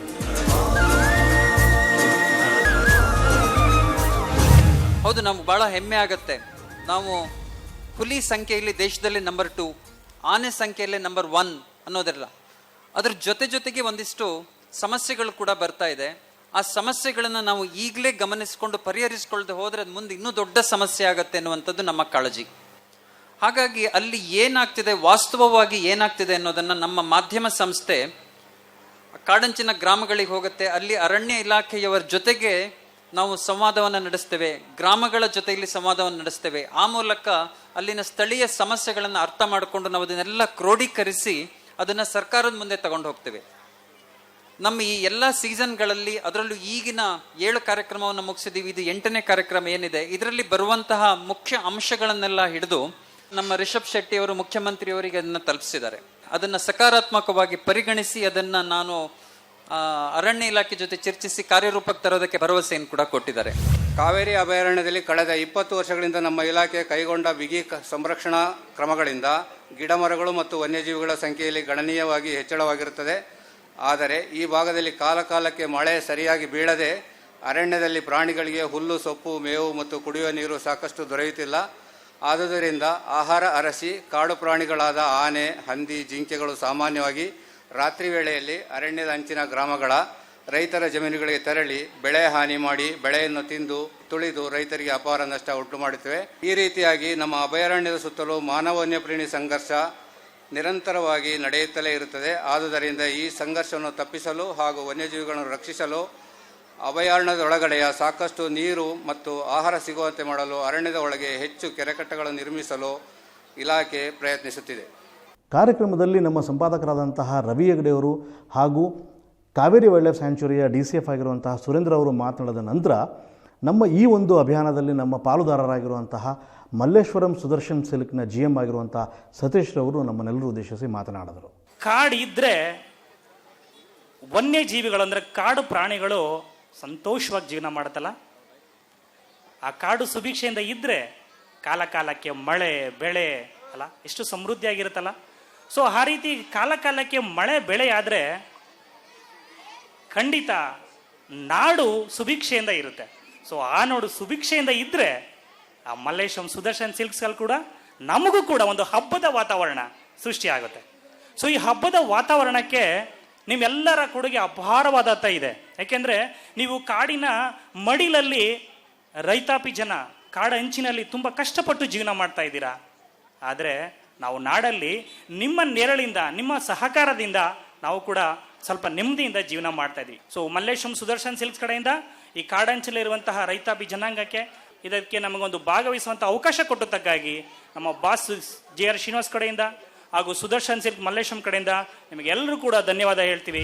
ಬಹಳ ವಿಶೇಷವಾದಂಥ ಒಂದು ಕಾರ್ಯಕ್ರಮ. ನಿಜಕ್ಕೂ ನೀವು ಆಯ್ಕೆ ಮಾಡಿಕೊಂಡಿರ್ತಕ್ಕಂಥ ಸ್ಥಳ ಅತ್ಯಂತ ಏನು ನಿಮ್ಮ ಉದ್ದೇಶ ಇದೆಯೋ ಆ ಉದ್ದೇಶಕ್ಕೆ ಅತ್ಯಂತ ಸೂಕ್ತವಾದಂಥ ಸ್ಥಳ. ಸಂಘರ್ಷ ಸಂಪೂರ್ಣವಾಗಿ ಇಲ್ಲಿ ವನ್ಯಜೀವಿಗಳು ಅಥವಾ ಅರಣ್ಯ ಇಲಾಖೆ ಇರ್ಬೋದು ಅಥವಾ ನಮ್ಮ ನಾಗರಿಕರ ಈ ಗ್ರಾಮಸ್ಥರೊಂದಿಗೆ ಇರ್ಬೋದು ದೈನಂದಿನ ಸಮಸ್ಯೆ ನಿರಂತರವಾಗಿ ಇರ್ತಕ್ಕಂಥದ್ದು. ಯಾಕಂತಂದ್ರೆ ಇಲ್ಲಿ ಯಾವುದೇ ಬೆಳೆಗಳನ್ನ ಹಾಕ್ಲಿಕ್ಕೆ ಆಗ್ತಾ ಇಲ್ಲ. ಆನೆ ಇರ್ಬೋದು, ಜಿಂಕೆ ಇರ್ಬೋದು, ಕಾಡಂದಿಗಳಿರ್ಬೋದು, ಅದರ ಕಾಟ ನಿರಂತರವಾಗಿರ್ತಕ್ಕಂಥದ್ದು. ಆ ಒಂದು ಬವಣೆಯನ್ನ, ನೈಜ ಬವಣೆಯನ್ನ ನಿವಾರಿಸಲಿಕ್ಕೆ ಒಂದು ಪ್ರಾಮಾಣಿಕ ಪ್ರಯತ್ನವನ್ನ ಇವತ್ತು ನೀವು ಮಾಡ್ತಾ ಇದ್ದೀರಿ. ಆ ಭಾಗದ ವಿಧಾನ ಪರಿಷತ್ ಸದಸ್ಯರಾದಂತಹ ರವಿ ಅವರು ಮಾತನಾಡಿದ್ರು. ಅವರು ಮಾತನಾಡಿದ ನಂತರ ಅಲ್ಲಿ ಸೇರಿದಂತಹ ಗ್ರಾಮಸ್ಥರು ಒಬ್ಬೊಬ್ಬರು ಬಂದ್ಬಿಟ್ಟು ತಾವು ಎದುರಿಸ್ತಾರಂಥ ಸಮಸ್ಯೆಗಳನ್ನು ಹೇಳ್ಕೊಳ್ಳಿಕ್ಕೆ ಶುರು ಮಾಡಿದ್ರು. ರೈತರನ್ನ ಭಾರತ ದೇಶದ ಬೆನ್ನೆಲುಬು ಅಂತ ಕರೀತಾರೆ. ಈ ರೈತರು ಬೆಳೆಯನ್ನೇ ಪ್ರಾಣಿಗಳು ತಿನ್ಕೋದ್ಮೇಲೆ ಇನ್ನು ಆಹಾರ ಎಲ್ಲಿ ಬರ್ತದೆ? ಜನ ಎಲ್ಲಿ ಅವರು ಒಂದು ಆಹಾರವನ್ನ ಒದಗಿಸಿ ಅವರಿಗೆ ಪೂರೈಕೆಯನ್ನು ಮಾಡಲಿಕ್ಕೆ ಸಾಧ್ಯವಾಗುವುದಿಲ್ಲ. ಅದಕ್ಕೆ ದಯವಿಟ್ಟು ನೀವು ಈ ಒಂದು ಬೆಳೆಯನ್ನ ಸಂರಕ್ಷಣೆ ಮಾಡಲಿಕ್ಕೆ ಸೂಕ್ತ ಕ್ರಮವನ್ನು ತೆಗೆದುಕೊಳ್ಳಬೇಕು ಅಂತ ನಾನು ಕೇಳ್ಕೊತೀನಿ. ಮತ್ತೆ ಇನ್ನೊಂದು, ಏನು ನಮ್ಮ ಕಾಡಂಚನ ಗ್ರಾಮದಲ್ಲಿ ನಮ್ಮ ಮತ್ತು ಕಂದಾಯ ಇಲಾಖೆ ಮತ್ತು ಅರಣ್ಯ ಇಲಾಖೆಯ ಗಡಿ ಭಾಗದಲ್ಲಿ 1 ಕಿಲೋಮೀಟರ್ಗೆ 1.5 ಕೋಟಿ ಖರ್ಚು ಮಾಡಿ ಒಂದು ಬ್ಯಾರಿಕೇಡ್ ಅನ್ನು ಹಾಕ್ತಾ ಇದ್ದೀರಾ. ಇದರಿಂದ ಆನೆಗಳು ಮಾತ್ರ ತಡೆಯಾಗಬಲ್ಲವು. ಆದರೆ ಚಿಕ್ಕ ಚಿಕ್ಕ ಪ್ರಾಣಿಗಳು ಯಾವುದೇ ಕಾರಣಕ್ಕೂ ಅವು ಜಮೀನಿನ ಒಳಗಡೆ ಬರ್ತವೆ, ಬೆಳೆಗಳನ್ನು ನಾಶ ಮಾಡ್ತವೆ. ದಯವಿಟ್ಟು ತಾವು ಇದನ್ನ ಗಮನದಲ್ಲಿಟ್ಟುಕೊಂಡು ಹೆಚ್ಚಿನ ಒಂದು ಆಸಕ್ತಿಯನ್ನು ವಹಿಸಿ ಇದಕ್ಕೆ ನಮ್ಮೆಲ್ಲರಿಗೂ ಕೂಡ ನೀವು ಒಂದು ಸೂಕ್ತ ಕ್ರಮವನ್ನು ಜರುಗಿಸಬೇಕು ಅಂತ ತಮ್ಮಲ್ಲಿ ಕೇಳ್ಕೊಂತೀನಿ. ಅದರೊಳಗೂ ಈ ಭಾಗದ್ದು ಈಗ ನಮ್ಮ ಚಂದ್ರವ್ರು ಹೇಳಿದ್ರು, ಈ ಭಾಗದಲ್ಲಿ ಯಾರು ಅವರು ಒಂದು ಬೆಳೆ ಹಾಕಲಿಲ್ಲ, ನಾವೇ ಬೆಳೆ ಹಾಕಿದ್ದೀವಿ. ರಾತ್ರಿ ತಾನೇ ಬಂದು ಆನೆ ಎಲ್ಲ ಮೇಯ್ಕೊಂಡಿದ್ದು. ಈ ನಮ್ಮ ಫಾರೆಸ್ಟ್ ಸಾಹೇಬರು ಏನು ಮಾಡ್ತಾರೆ? ಏನು ಮಾಡೋಕ್ಕಾಗಲ್ಲ ಫಾರೆಸ್ಟ್ನವ್ರು ಬಂದು. ಯಾಕೆ ರೈತರುಗಳಿಗೆ ಎಲ್ಲಿ ಫಾರೆಸ್ಟ್ ಎಲ್ಲಿ ಬರ್ತಾರೆ ಅವರು? ಇವತ್ತು ಹೇಳಿದ್ರೆ ಇವತ್ತು ಅರ್ಜಿ ಕೊಟ್ಟರೆ ಇನ್ನೊಂದು ವರ್ಷ ಬರ್ತಾರೆ ನಮ್ಮ ಪರಿಹಾರ ನಮಗೆ. DF ಸಾಹೇಬ್ರು ಹೇಳ್ತಾ ಇದ್ರು, ವನ್ಯಜೀವಿ ಸಂಘರ್ಷ ಮಾನವ ಸಂಘರ್ಷ ಆಯ್ತಾ ಇದೆ, ಆನೆಗಳ ದಾಳಿನೂ ಕೂಡ ನಡೀತಾ ಇದೆ ಅಂತ ಮಾತ್ರ ಹೇಳಿದ್ರು. ಬಟ್ ಅದನ್ನು ಯಾವ ರೀತಿ ತಡೆಗಟ್ಟಬೇಕು ಅನ್ನೋದು ಮಾತ್ರ ಸಾಹೇಬ್ರು ಹೇಳಲಿಲ್ಲ. ದಯವಿಟ್ಟು ಆನೆಗಳಿಗೆ ಮತ್ತು ವನ್ಯಜೀವಿಗಳಿಗೆ ಕಾಡಿನಲ್ಲೇ ಆಹಾರ ಸಿಗೋ ರೀತಿ ಏನಾದರೂ ಪ್ರೋಸೆಸ್ ಮಾಡ್ತಾ ಇದ್ದೀರಾ? ಒಬ್ಬ ಅಧಿಕಾರಿಗಳನ್ನ ಫೋನ್ ಮಾಡಿ ಹೇಳಿದೆ, ಸರ್ ಈ ತರ ಸಮಸ್ಯೆ ಆಗಿದೆ, ನಮ್ಮೂರಿನ ನಾಯಿ ತಗೊಂಡೋಗಿದೆ, ಈ ತರ ಪ್ರಾಣಿಗಳಿಗೂ ಮತ್ತೆ ಮನುಷ್ಯರಿಗೂ ತುಂಬಾ ಸಮಸ್ಯೆ ಆಗುತ್ತೆ, ಇದನ್ನ ಯಾವ ರೀತಿ ಇದು ಮಾಡ್ತೀರಾ, ಏನಾದ್ರೂ ಒಂದು ಪರಿಹಾರ ಹುಡುಕಿ ಸರ್ ಅಂತ ಹೇಳಿದೆ. ಅವ್ರು ಯಾವ ರೀತಿ ಏನ್ ಹೇಳಿದ್ರು ಅಂದ್ರೆ, ನನಗೆ ಕಾಡಂಚಿನ ಪ್ರದೇಶ ಅಂದ್ರೆ ಪ್ರಾಣಿಗಳು ಬರುತ್ತಪ್ಪ ಹೋಗುತ್ತಪ್ಪ, ಅದಕ್ಕೇನ್ ಮಾಡಕ್ಕಾಗತ್ತೆ ಹಂಗೆ ಅಂತ ಹೇಳಿದ್ರು. ಅದ್ರ ಕೆಳಗಡೆ ಅವ್ರ ಕೆಳಗಡೆ ಅಧಿಕಾರಿನ ನಾನು ಫೋನ್ ಮಾಡಿದೆ, ಸರ್ ಈ ತರ ಸಮಸ್ಯೆ ಆಗಿದೆ, ಯಾವ ರೀತಿ ಮಾಡೋದು ಸರ್, ಏನ್ ಮಾಡೋದು. ಅವ್ರು ಯಾವ ರೀತಿ ಸ್ಪಂದಿಸಿದ್ರು ಅಂದ್ರೆ, ಮಹೇಶ್ ಅವರೇ ನಾವು ನಾನು ಬೋನ್ ರೆಡಿ ಮಾಡ್ತೀನಿ, ಆ ಬೋನ್ ನಲ್ಲಿ ಏನಾದ್ರು ನಿಮ್ಮ ಸಹಕಾರನೂ ಕೂಡ ನಮ್ಗೆ ಬೇಕು, ನಾವು ಎಲ್ಲಿ ಬರ್ತಾ ಇದೆ ಅದನ್ನ ಹೇಳಿ, ನಾವು ಬಂದು ನಿಮ್ಮನ್ನ ಆ ಬೋನ್ ಹಾಕೋಣ, ಎಲ್ಲರೂ ಸೇರಿ ಹಿಡಿಯೋಣ ಅಂತ. ಇದು ನೋಡಿ ಎಷ್ಟು ಸ್ಪಷ್ಟವಾಗಿದೆ. ಒಬ್ಬ ಮೇಲಧಿಕಾರಿಯ ಒಂದು ಉತ್ತರನು, ಒಬ್ಬ ಕೆಳ ಅಧಿಕಾರಿಯ ಒಂದು ಉತ್ತರನು ಎಷ್ಟು ವ್ಯತ್ಯಾಸ ಇದೆ. ಏನಂದ್ರೆ ಇಲ್ಲಿ ನಮಗೆ ದೊಡ್ಡ ಸಮಸ್ಯೆ ಇರೋದು ಕಾಡು ಪ್ರಾಣಿಗಿಂತ ಕೋತಿಗಳಿಂದ ದೊಡ್ಡ ಸಮಸ್ಯೆ. ಅದಕ್ಕೆ ಏನಾದ್ರು ಮಾಡಿ ಹೊರದೇಶದಲ್ಲಿ ಮಾಡಿರ್ತಾರ ಮಂಕಿ ಪಾರ್ಕ್ ಏನಾದ್ರು ಮಾಡಿಕೆ ಮುಂದಿನ ದಿನದಲ್ಲಿ ನಮ್ಮ MP ಸಾಹೇಬರು, ರಿಷಬ್ ಶೆಟ್ಟಿ ಅವರು ಎಲ್ಲ ಪ್ರಪೋಸಲ್ ಕೊಟ್ಟು ಒಂದು 5 ಎಕರೆಯಲ್ಲಿ ಎಲ್ಲಾ ಕಡೆಯಿಂದ ಹಿಡ್ಕೊಂಡ್ಬಂದು ಇಲ್ಲ ಸಂಗಮ ಬಿಡ್ತಾರೆ, ಇಲ್ಲ ಮುತ್ತತ್ತಿ ಕೋತಿ ಬಿಡ್ತಾರೆ. ಅಲ್ಲಿ ಆಹಾರ ಸಿಗ್ತಾ ಇದ್ದಾಗೆಲ್ಲ ಬಂದು ನಮ್ಮ ಗ್ರಾಮ ಪಂಚಾಯತಿ ಗೃಹಿಣಿಯರು ಯಾರು ಮನೆ ಬಿಟ್ಟು ಆಚೆ ಹೋಗಿ ಕಾಯ್ತಾ ಇಲ್ಲ, ಫಂಕ್ಷನ್ ಇದ್ರು ಕಾಯ್ತಾರೆ, ಒಬ್ರು ಕಾವಲು ಹಾಕ್ಬಿಟ್ಟು ಹೋಗ್ಬೇಕು. ಅದಕ್ಕೆ ಏನಾರು ಪರಿಹಾರ ಕಂಡು ಹಿಡಿದು ಮುಂದಿನ ದಿನದಲ್ಲಿ ಸಹಕಾರ ಕೊಡಬೇಕು ಅಂತ ಕೇಳ್ಕೊತೀನಿ. ಮೊದಲನೇದಾಗಿ ಕಾಡಂಚಿನಲ್ಲಿ ಬೆಳೆದಿರುವಂತಹ ಬೆಳೆಗಳ ಹಾನಿಗೆ ನಾವು ಪರಿಹಾರ ಈಗಾಗಲೇ ಕೊಡ್ತಾ ಇದ್ದೀವಿ. ಒಂದು ವೇಳೆ ಏನಾದರೂ ಕಡಿಮೆ ಆಗಿದ್ರೆ ಅದನ್ನ ಜಾಸ್ತಿ ಮಾಡಲಿಕ್ಕೆ ನಾವು ಪ್ರಯತ್ನ ಪಡ್ತೀವಿ. ಮತ್ತೆ ಕಾಡಾನೆಗಳು ಇಲ್ಲಿ ರೈತರ ಜಮೀನಿಗೆ ಬರದೇ ಇರೋ ಥರ ನಾವು ಈಗ ಆಗಲೇ ಬ್ಯಾರಿಕೇಡ್ ಹಾಕ್ತೀವಿ, ರೈಲ್ವೆ ಬ್ಯಾರಿಕೇಡು, ಅದೆಲ್ಲ ಪ್ರೋಗ್ರೆಸ್ ಅಲ್ಲಿ ಇದೆ ವರ್ಕ್ ಎಲ್ಲ. ಮತ್ತೆ ಸೋಲಾರ್ ಫೆನ್ಸಿಂಗ್ ಅಂದರೆ ಸೋಲಾರ್ ಟೆಂಟಕಲ್ಸ್ ಕೂಡ ಹಾಕ್ತಾ ಇದ್ವಿ. ಮತ್ತೆ ಇನ್ಯಾವುದೇ ರೀತಿ ಸಹಕಾರ ಬೇಕಾದ್ರೆ ನಾವು ಅರಣ್ಯ ಇಲಾಖೆಯಿಂದ ಕೊಡ್ಲಿಕ್ಕೆ ತಯಾರಿದ್ದೀವಿ. ಸೊ ಬ್ಯಾರಿಕೇಡ್ ಜೊತೆಗೆ ಈಗ ನೀವು ಮೆಶ್ ಕೂಡ, ಚೈನ್ ಲಿಂಕ್ ಮೆಶ್ ಕೂಡ ಹಾಕಬೇಕು ಅಂತ ಸಜೆಸ್ಟ್ ಮಾಡಿದಿರಿ. ಅದನ್ನು ಕೂಡ ನಾವು ಮೇಲ್ನವ್ರ ಗಮನಕ್ಕೆ ತಂದು ಅದಕ್ಕೆ ಕ್ರಮ ಕೈಗೊಳ್ಳಲಿಕ್ಕೆ ಪ್ರಯತ್ನ ಪಡ್ತೀವಿ. ಹೀಗೆ ಕಾಡಂಚಿನ ಗ್ರಾಮದ ರೈತರು ಎತ್ತಿದ ಪ್ರಶ್ನೆಗಳು ಮತ್ತು ಅವರ ಸಮಸ್ಯೆಗಳನ್ನೆಲ್ಲ ಕೇಳಿದ ಮೇಲೆ DCF ಆಗಿರುವಂತಹ ಸುರೇಂದ್ರರವರು ರೈತರ ಪ್ರಶ್ನೆಗಳಿಗೆ ಉತ್ತರಿಸಿದರು. ಆ ನಂತರ ಆ ಭಾಗದ ಲೋಕಸಭಾ ಸದಸ್ಯರಾದಂತಹ DK ಸುರೇಶ್ ಅವರು ನೆರೆದಿದ್ದ ಜನಸ್ತೋಮವನ್ನು ಉದ್ದೇಶಿಸಿ ಮಾತನಾಡಿದರು. ಈಗ ತಾನೇ ಅನೇಕ ರೈತರು ಬಂದು ತಮ್ಮ ನೋವುಗಳನ್ನ ಹೇಳ್ಕೊಂಡ್ರು. ಆ ನೋವು ನಿಜವಾದಂತ ಮನಸ್ಸಿನ ಅಂತರಾಳದಲ್ಲಿ ಅವರು ದಿನನಿತ್ಯ ಎದುರಿಸ್ತಾ ಇರ್ತಕ್ಕಂಥ ಒಂದು ಸಮಸ್ಯೆ, ಆ ರೈತರ ಸಮಸ್ಯೆ. ಕಳೆದ 10 ವರ್ಷಗಳಿಂದ ಬಂದಿತ್ತು ಅಂತ ಅಂದ್ರೆ ಈ ಕಾರ್ಡ್ ಇರ್ಲಿಲ್ಲ. ಇಲ್ಲಿ ಕಾಡು ಅಂತ ಹೆಸರಿಗಿತ್ತಷ್ಟೇ. ಆದ್ರೆ ಇವತ್ತು ಅತ್ಯಂತ ಸಮೃದ್ಧಿಯಾದಂತಹ ಕಾಡನ್ನ ಕಾವೇರಿ ವನ್ಯಜೀವಿ ವಿಭಾಗದಲ್ಲಿ ನಾವು ನೋಡ್ತೀವಿ ಅಂತ ಹೇಳಿದ್ರೆ ಅದಕ್ಕೆ ಅರಣ್ಯ ಇಲಾಖೆ ಮಾತ್ರ ಕಾರಣ ಅಲ್ಲ, ನಮ್ಮ ರೈತರುಗಳು ಈ ಭಾಗದ ಪ್ರತಿಯೊಂದು ಮೂಲೆನಲ್ಲಿ ವಾಸ ಮಾಡ್ತಾ ಇರ್ತಕ್ಕಂಥವರು ಕೂಡ ಕಾರಣ. ಅವ್ರಿಗೂ ಕೂಡ ಈ ಕಾಡನ್ನ ಉಳಿಸ್ತಕ್ಕಂಥದ್ದಕ್ಕೆ ಅವರು ಕೂಡ ಬದ್ಧತೆಯನ್ನ ಪ್ರದರ್ಶನ ಮಾಡ್ತಾ ಇದ್ದಾರೆ. ಅವ್ರಿಗೂ ಕೂಡ ನಾನು ಈ ಸಂದರ್ಭದಲ್ಲಿ ಅಭಿನಂದನೆಗಳನ್ನ ಹೇಳಲಿಕ್ಕೆ ನಾನು ಬಯಸ್ತೇನೆ. ಬ್ಯಾರಿಕೇಡ್ ಮಾಡ್ಬಿಡ್ಬೇಕು, ಬ್ಯಾರಿಕೇಡ್ ಮಾಡ್ಬಿಟ್ರೆ ಸಮಸ್ಯೆ ಬಗೆಹರಿತದೆ. ಬ್ಯಾರಿಕೇಡ್ ಮಾಡಿದ್ದಾರೆ, ಪ್ರತಿ ವರ್ಷ 16 ಕಿಲೋಮೀಟರ್ ಮಾಡ್ತಾನೆ ಇದ್ದಾರೆ, 106 ಕಿಲೋಮೀಟರ್ ರೈಲ್ವೆ ಬ್ಯಾರಿಕೇಡ್ ಮಾಡಿದ್ದಾರೆ. ಆನೆ ಒಂದರಿಂದ ಸಮಸ್ಯೆ ಅಲ್ಲ, ಜಿಂಕೆಗಳು ಬರುತ್ತೆ ಬೇಡ ಅನ್ನಕ್ಕಾಗೋದಿಲ್ಲ, ನವಿಲ್ ಬರುತ್ತೆ ಬೇಡ ಅನ್ನಕ್ಕಾಗೋದಿಲ್ಲ, ಕಾಡಂದಿಗಳು ಬರುತ್ತೆ ಬೇಡ ಅನ್ನಕ್ಕಾಗೋದಿಲ್ಲ, ಯಾರು ತಡೆಯಕ್ಕಾಗೋದಿಲ್ಲ ಬರೋದನ್ನ. ಬೆಳೆ ಹಾಕಿರ್ತಾರೆ, ರಾತ್ರಿ ಬಂದು ಮೇಯ್ಕೊಂಡು ಹೊರಟೋಗಿರುತ್ತೆ. ಬೆಳೆ ಹಾಕಿರ್ತಾರೆ, ನವಿಲ್ ಬಂದು ಬೀಜಗಳ ಬಿತ್ತನೆ ಮಾಡಿರ್ತಾರೆ, ಕಡಲೆಕಾಯಿ ರಾಗಿನ ತಿನ್ಕೊಂಡು ಹೊರಟೋಗಿರುತ್ತೆ ಬೀಜಗಳನ್ನ. ಸಮಸ್ಯೆಗಳು ಒಂದಕ್ಕೆ ಒಂದು ವ್ಯಾಪಕವಾಗಿರ್ತಕ್ಕಂಥ ಸಂದರ್ಭದಲ್ಲಿ ಸೊ ಇವತ್ತು ಈ ಸಂಘರ್ಷವನ್ನ ತಪ್ಪಿಸ್ಬೇಕು ಅಂತ ಹೇಳಿದ್ರೆ ಅರಣ್ಯ ಇಲಾಖೆಯರ ವಿವೇಚನೆ ಬಹಳ ಮುಖ್ಯವಾಗಿ ಕೆಲಸ ಮಾಡ್ತದೆ. ನಾವೆಲ್ಲ ಉಳಿಬೇಕು ಅಂತ ಹೇಳಿದ್ರೆ ಪಕ್ಷಿಗಳು, ಪ್ರಾಣಿಗಳು ಎಲ್ಲರೂ ಕೂಡ ನಾವು ಬದುಕಬೇಕು, ಜೀವಚರಗಳು ಉಳಿಬೇಕು. ಜೀವಚರಗಳು ಉಳಿತು ಅಂತ ಅಂದ್ರೆ ನಮ್ಮ ಪರಿಸರ ಉಳಿಲಿಕ್ಕೆ ಸಾಧ್ಯ. ಹೀಗೆ ಲೋಕಸಭಾ ಸದಸ್ಯರಾದ DK ಸುರೇಶ್ ಅವರ ಮಾತುಗಳ ನಂತರ ಉಯ್ಯಂಬಳ್ಳಿ ಗ್ರಾಮಕ್ಕೆ ಅತ್ಯುತ್ತಮ ಅರಣ್ಯ ಸ್ನೇಹಿ ಪ್ರಶಸ್ತಿಯನ್ನು ಪ್ರದಾನ ಮಾಡಲಾಯಿತು. ಹೀಗೆ ಉಯ್ಯಂಬಳ್ಳಿ ಗ್ರಾಮ ಪಂಚಾಯಿತಿಗೆ ಅತ್ಯುತ್ತಮ ಅರಣ್ಯ ಸ್ನೇಹಿ ಪಂಚಾಯಿತಿ ಪ್ರಶಸ್ತಿಯನ್ನು ಪ್ರದಾನ ಮಾಡಲಾಯಿತು. ಅದೆಲ್ಲ ಆದ ಮೇಲೆ ಜನ ಮತ್ತು ಎಲ್ಲರೂ ಕೂಡ ಕಾಯ್ತದಂತಹ ಗಳಿಗೆ ಬಂತು.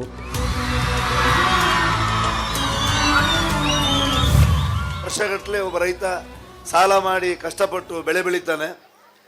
ಬೆಳೆ ಬೆಳೆದಿರೋದಕ್ಕೆ ಒಂದು ಸರಿಯಾದ ಬೆಲೆ ಸಿಗಲ್ಲ, ಮೊದಲನೇ ಸಮಸ್ಯೆ ಸ್ಟಾರ್ಟು.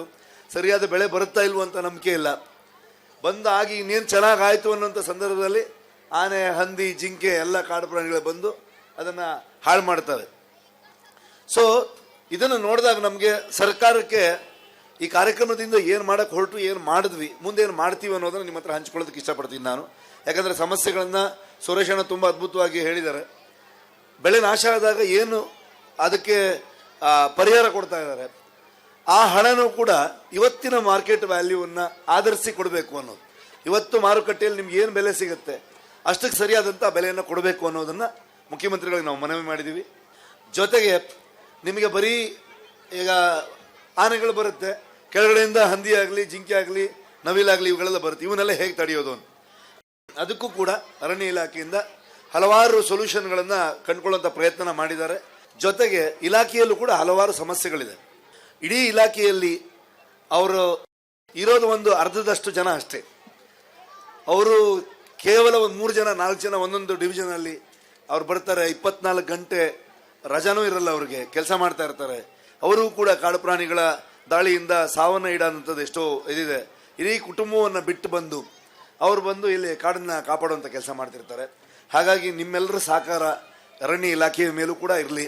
ಜೊತೆಗೆ ಸುವರ್ಣ ಮಾಧ್ಯಮದವರಿಗೆ ನಾನು ಕೇಳ್ಕೊಂಡದ್ದು ಇದೇನಂತಂದರೆ, ನಾವು ಸಿನಿಮಾದವರು ಬರ್ತೀವಿ, ಒಂದಷ್ಟು ಕಾರ್ಯಕ್ರಮ ಅಲ್ಲಿ ಬಂದು ಮಕ್ಕಳು ಕೇಳಿದ್ರಲ್ಲ ಡೈಲಾಗ್ ಹೇಳಿ ಅಂತ ಅನ್ಕೊಂಡು, ಸೊ ಹಿಂಗೆ ಡೈಲಾಗ್ ಹೊಡೆದ್ಬಿಟ್ಟು ಹೋಗ್ತಾ ಇರೋದಂತ. ಆದರೆ ಇದೊಂದು ರಿಸಲ್ಟ್ ಓರಿಯೆಂಟೆಡ್ ಆಗಬೇಕು. ಇದನ್ನು ನಾವು ಕಂಪ್ಲೀಟಾಗಿ ಫಾಲೋ ಅಪ್ ಮಾಡಬೇಕು ಅಂತ. ಇದಕ್ಕೆ ಒಂದೇ ಒಂದು ಎಕ್ಸಾಂಪಲ್ ನಾನು ಹೇಳ್ತೀನಿ. ನಾವು 3-4 ಗ್ರಾಮಗಳಿಗೆ ಬೇರೆ ಬೇರೆ ಡಿವಿಷನ್ಗಳಿಗೆ ಹೋದಾಗ ಅಲ್ಲಿ ರೈತನಿಗೆ 3 ಫೇಸ್ ಕರೆಂಟನ್ನು ರಾತ್ರಿ ಕೊಡ್ತಾ ಇದ್ರು. ಸೊ ಇದು ಕೂಡ ಒಂದು ದೊಡ್ಡ ಸಮಸ್ಯೆಯಾಗಿ ಕಾಡ್ತಾ ಇದೆ. ಯಾಕಂದರೆ ಈ ರಾತ್ರಿ ಎದ್ದು ಆಚೆ ಬಂದಾಗ ಎಷ್ಟೋ ಸಲ ಚಿರತೆ ದಾಳಿ ಮಾಡಿದ್ದಾಗ್ಬೋದು, ಆನೆ ದಾಳಿ ಮಾಡಿದ್ದಾಗ್ಬೋದು, ಸುಮಾರಷ್ಟು ಸಮಸ್ಯೆಗಳು ಆಗಿತ್ತು. ಹಾಗಾಗಿ ಇದು ನಾವು ಸುಮಾರು ಹಿಂದಿನ ಸರ್ಕಾರ ಇದ್ದಾಗ ಕೂಡ ಇದನ್ನು ಮನವಿಯನ್ನು ಮಾಡಿದ್ದೀವಿ. ಕೆಲವೊಂದು ಭಾಗದಲ್ಲಿ 3 ಫೇಸ್ಗೆ ಆರ್ಡರ್ ಆಗಿದೆ.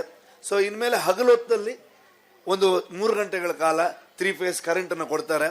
ಸೊ ಅದರಿಂದ ಒಂದು ಹಗಲಿಡೀ ಕೆಲಸ ಮಾಡಿ ದೇಹ ದಣದಿರುತ್ತೆ, ರಾತ್ರಿ ಮತ್ತೆ ನಿದ್ದೆ ಬಿಟ್ಟು ಜಮೀನಿಗೆ ನೀರು ಬಿಡುವಂಥ ಕೆಲಸ ಇರಲ್ಲ. ಸೊ ಇದು ಆದಷ್ಟು ಬೇಗ ಎಲ್ಲ ಗ್ರಾಮಗಳಿಗೆ ತಲುಪಿದ್ರೆ ರೈತನಿಗೆ ಒಂದು ಅದ್ಭುತವಾದಂಥ ಸೊಲ್ಯೂಷನ್ ಅಂತ. ಹಾಗಾಗಿ ಈ ಕಾರ್ಯಕ್ರಮದಲ್ಲಿ ಇಂಥ ರಿಸಲ್ಟ್ ಓರಿಯೆಂಟೆಡ್ ಆಗಿ ಒಂದಷ್ಟು ಕೆಲಸನ ಮಾಡ್ತಾ ಇದ್ದೀವಿ. ಇನ್ನು ಮುಂದೆನೂ ಕೂಡ ಮಾಡ್ತೀವಿ. ನಿಮ್ಮೆಲ್ಲರ ಸಹಕಾರ ಇರಲಿ. Thank you so much. ನಿಮ್ಮೆಲ್ಲರ ಆಶೀರ್ವಾದ ಹೇಗೆ ಇರಲಿ. ಹೀಗೆ ಮಾನವ ವನ್ಯಜೀವಿ ಸಂಘರ್ಷಗಳಿಗೆ ಪರಿಹಾರ ಕಂಡುಕೊಳ್ಳುವ ನಿಟ್ಟಿನಲ್ಲಿ ಅರಣ್ಯ ಇಲಾಖೆಯ ದಣಿವರಿಯದ ಪ್ರಯತ್ನಗಳನ್ನು ಗ್ರಾಮಸ್ಥರಿಗೆ ಮನಮುಟ್ಟುವಂತೆ ತಲುಪಿಸಿದ ನಮ್ಮ ರಾಯಭಾರಿ ಸುತ್ತಮುತ್ತಣ ಗ್ರಾಮಗಳಲ್ಲಿ ಜನಜಾಗೃತಿಗೆ ಅಂತ ಏರ್ಪಡಿಸಿದ್ದ ಹಲವು ಸ್ಪರ್ಧೆಗಳಲ್ಲಿ ವಿಜೇತರಾದ ಮಕ್ಕಳ ಶಾಲೆಗಳಿಗೆ ಪ್ರಶಸ್ತಿ ಪ್ರದಾನ ಮಾಡಿ ನಾವು ಉಯ್ಯಂಬಳ್ಳಿ ಗ್ರಾಮವನ್ನು ಬೀಳ್ಕೊಟ್ಟು ಹೊರಟಂತೆ ಈ ವನ್ಯಜೀವಿ ಸಂರಕ್ಷಣಾ ಅಭಿಯಾನವೆನ್ನುವ ಅನನ್ಯ ಕಾರ್ಯಕ್ರಮವನ್ನು ಯಶಸ್ವಿಯಾಗಿ ನಿರ್ವಹಿಸಿದ ಸಾರ್ಥಕ್ಯ ನಮ್ಮಲ್ಲಿ ಮೂಡಿತ್ತು.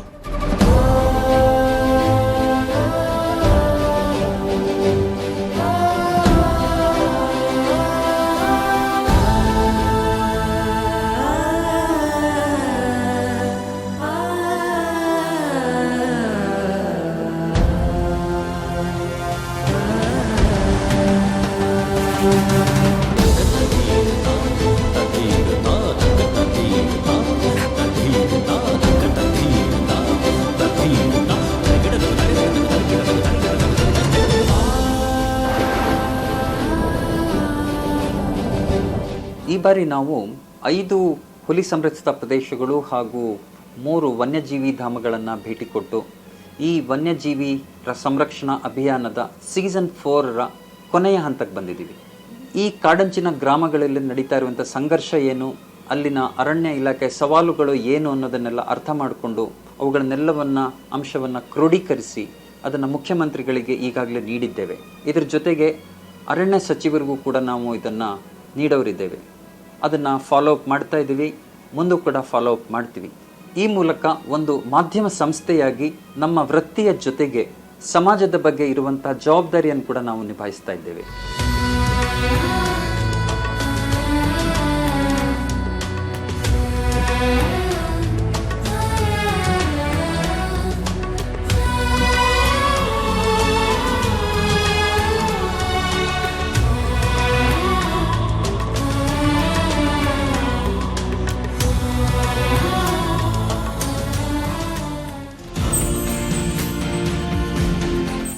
episode sponsored by Sudarshan Silks, Malleshwaram.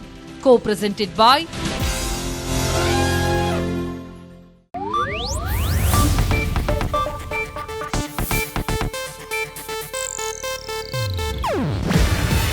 ಇದು ಏಷ್ಯಾನೆಟ್ ನ್ಯೂಸ್ ನೆಟ್ವರ್ಕ್ ಪ್ರಸ್ತುತಿ. ನೀವು ನೋಡ್ತಿದ್ದೀರಾ ಏಷ್ಯಾನೆಟ್ ಸುವರ್ಣ ನ್ಯೂಸ್.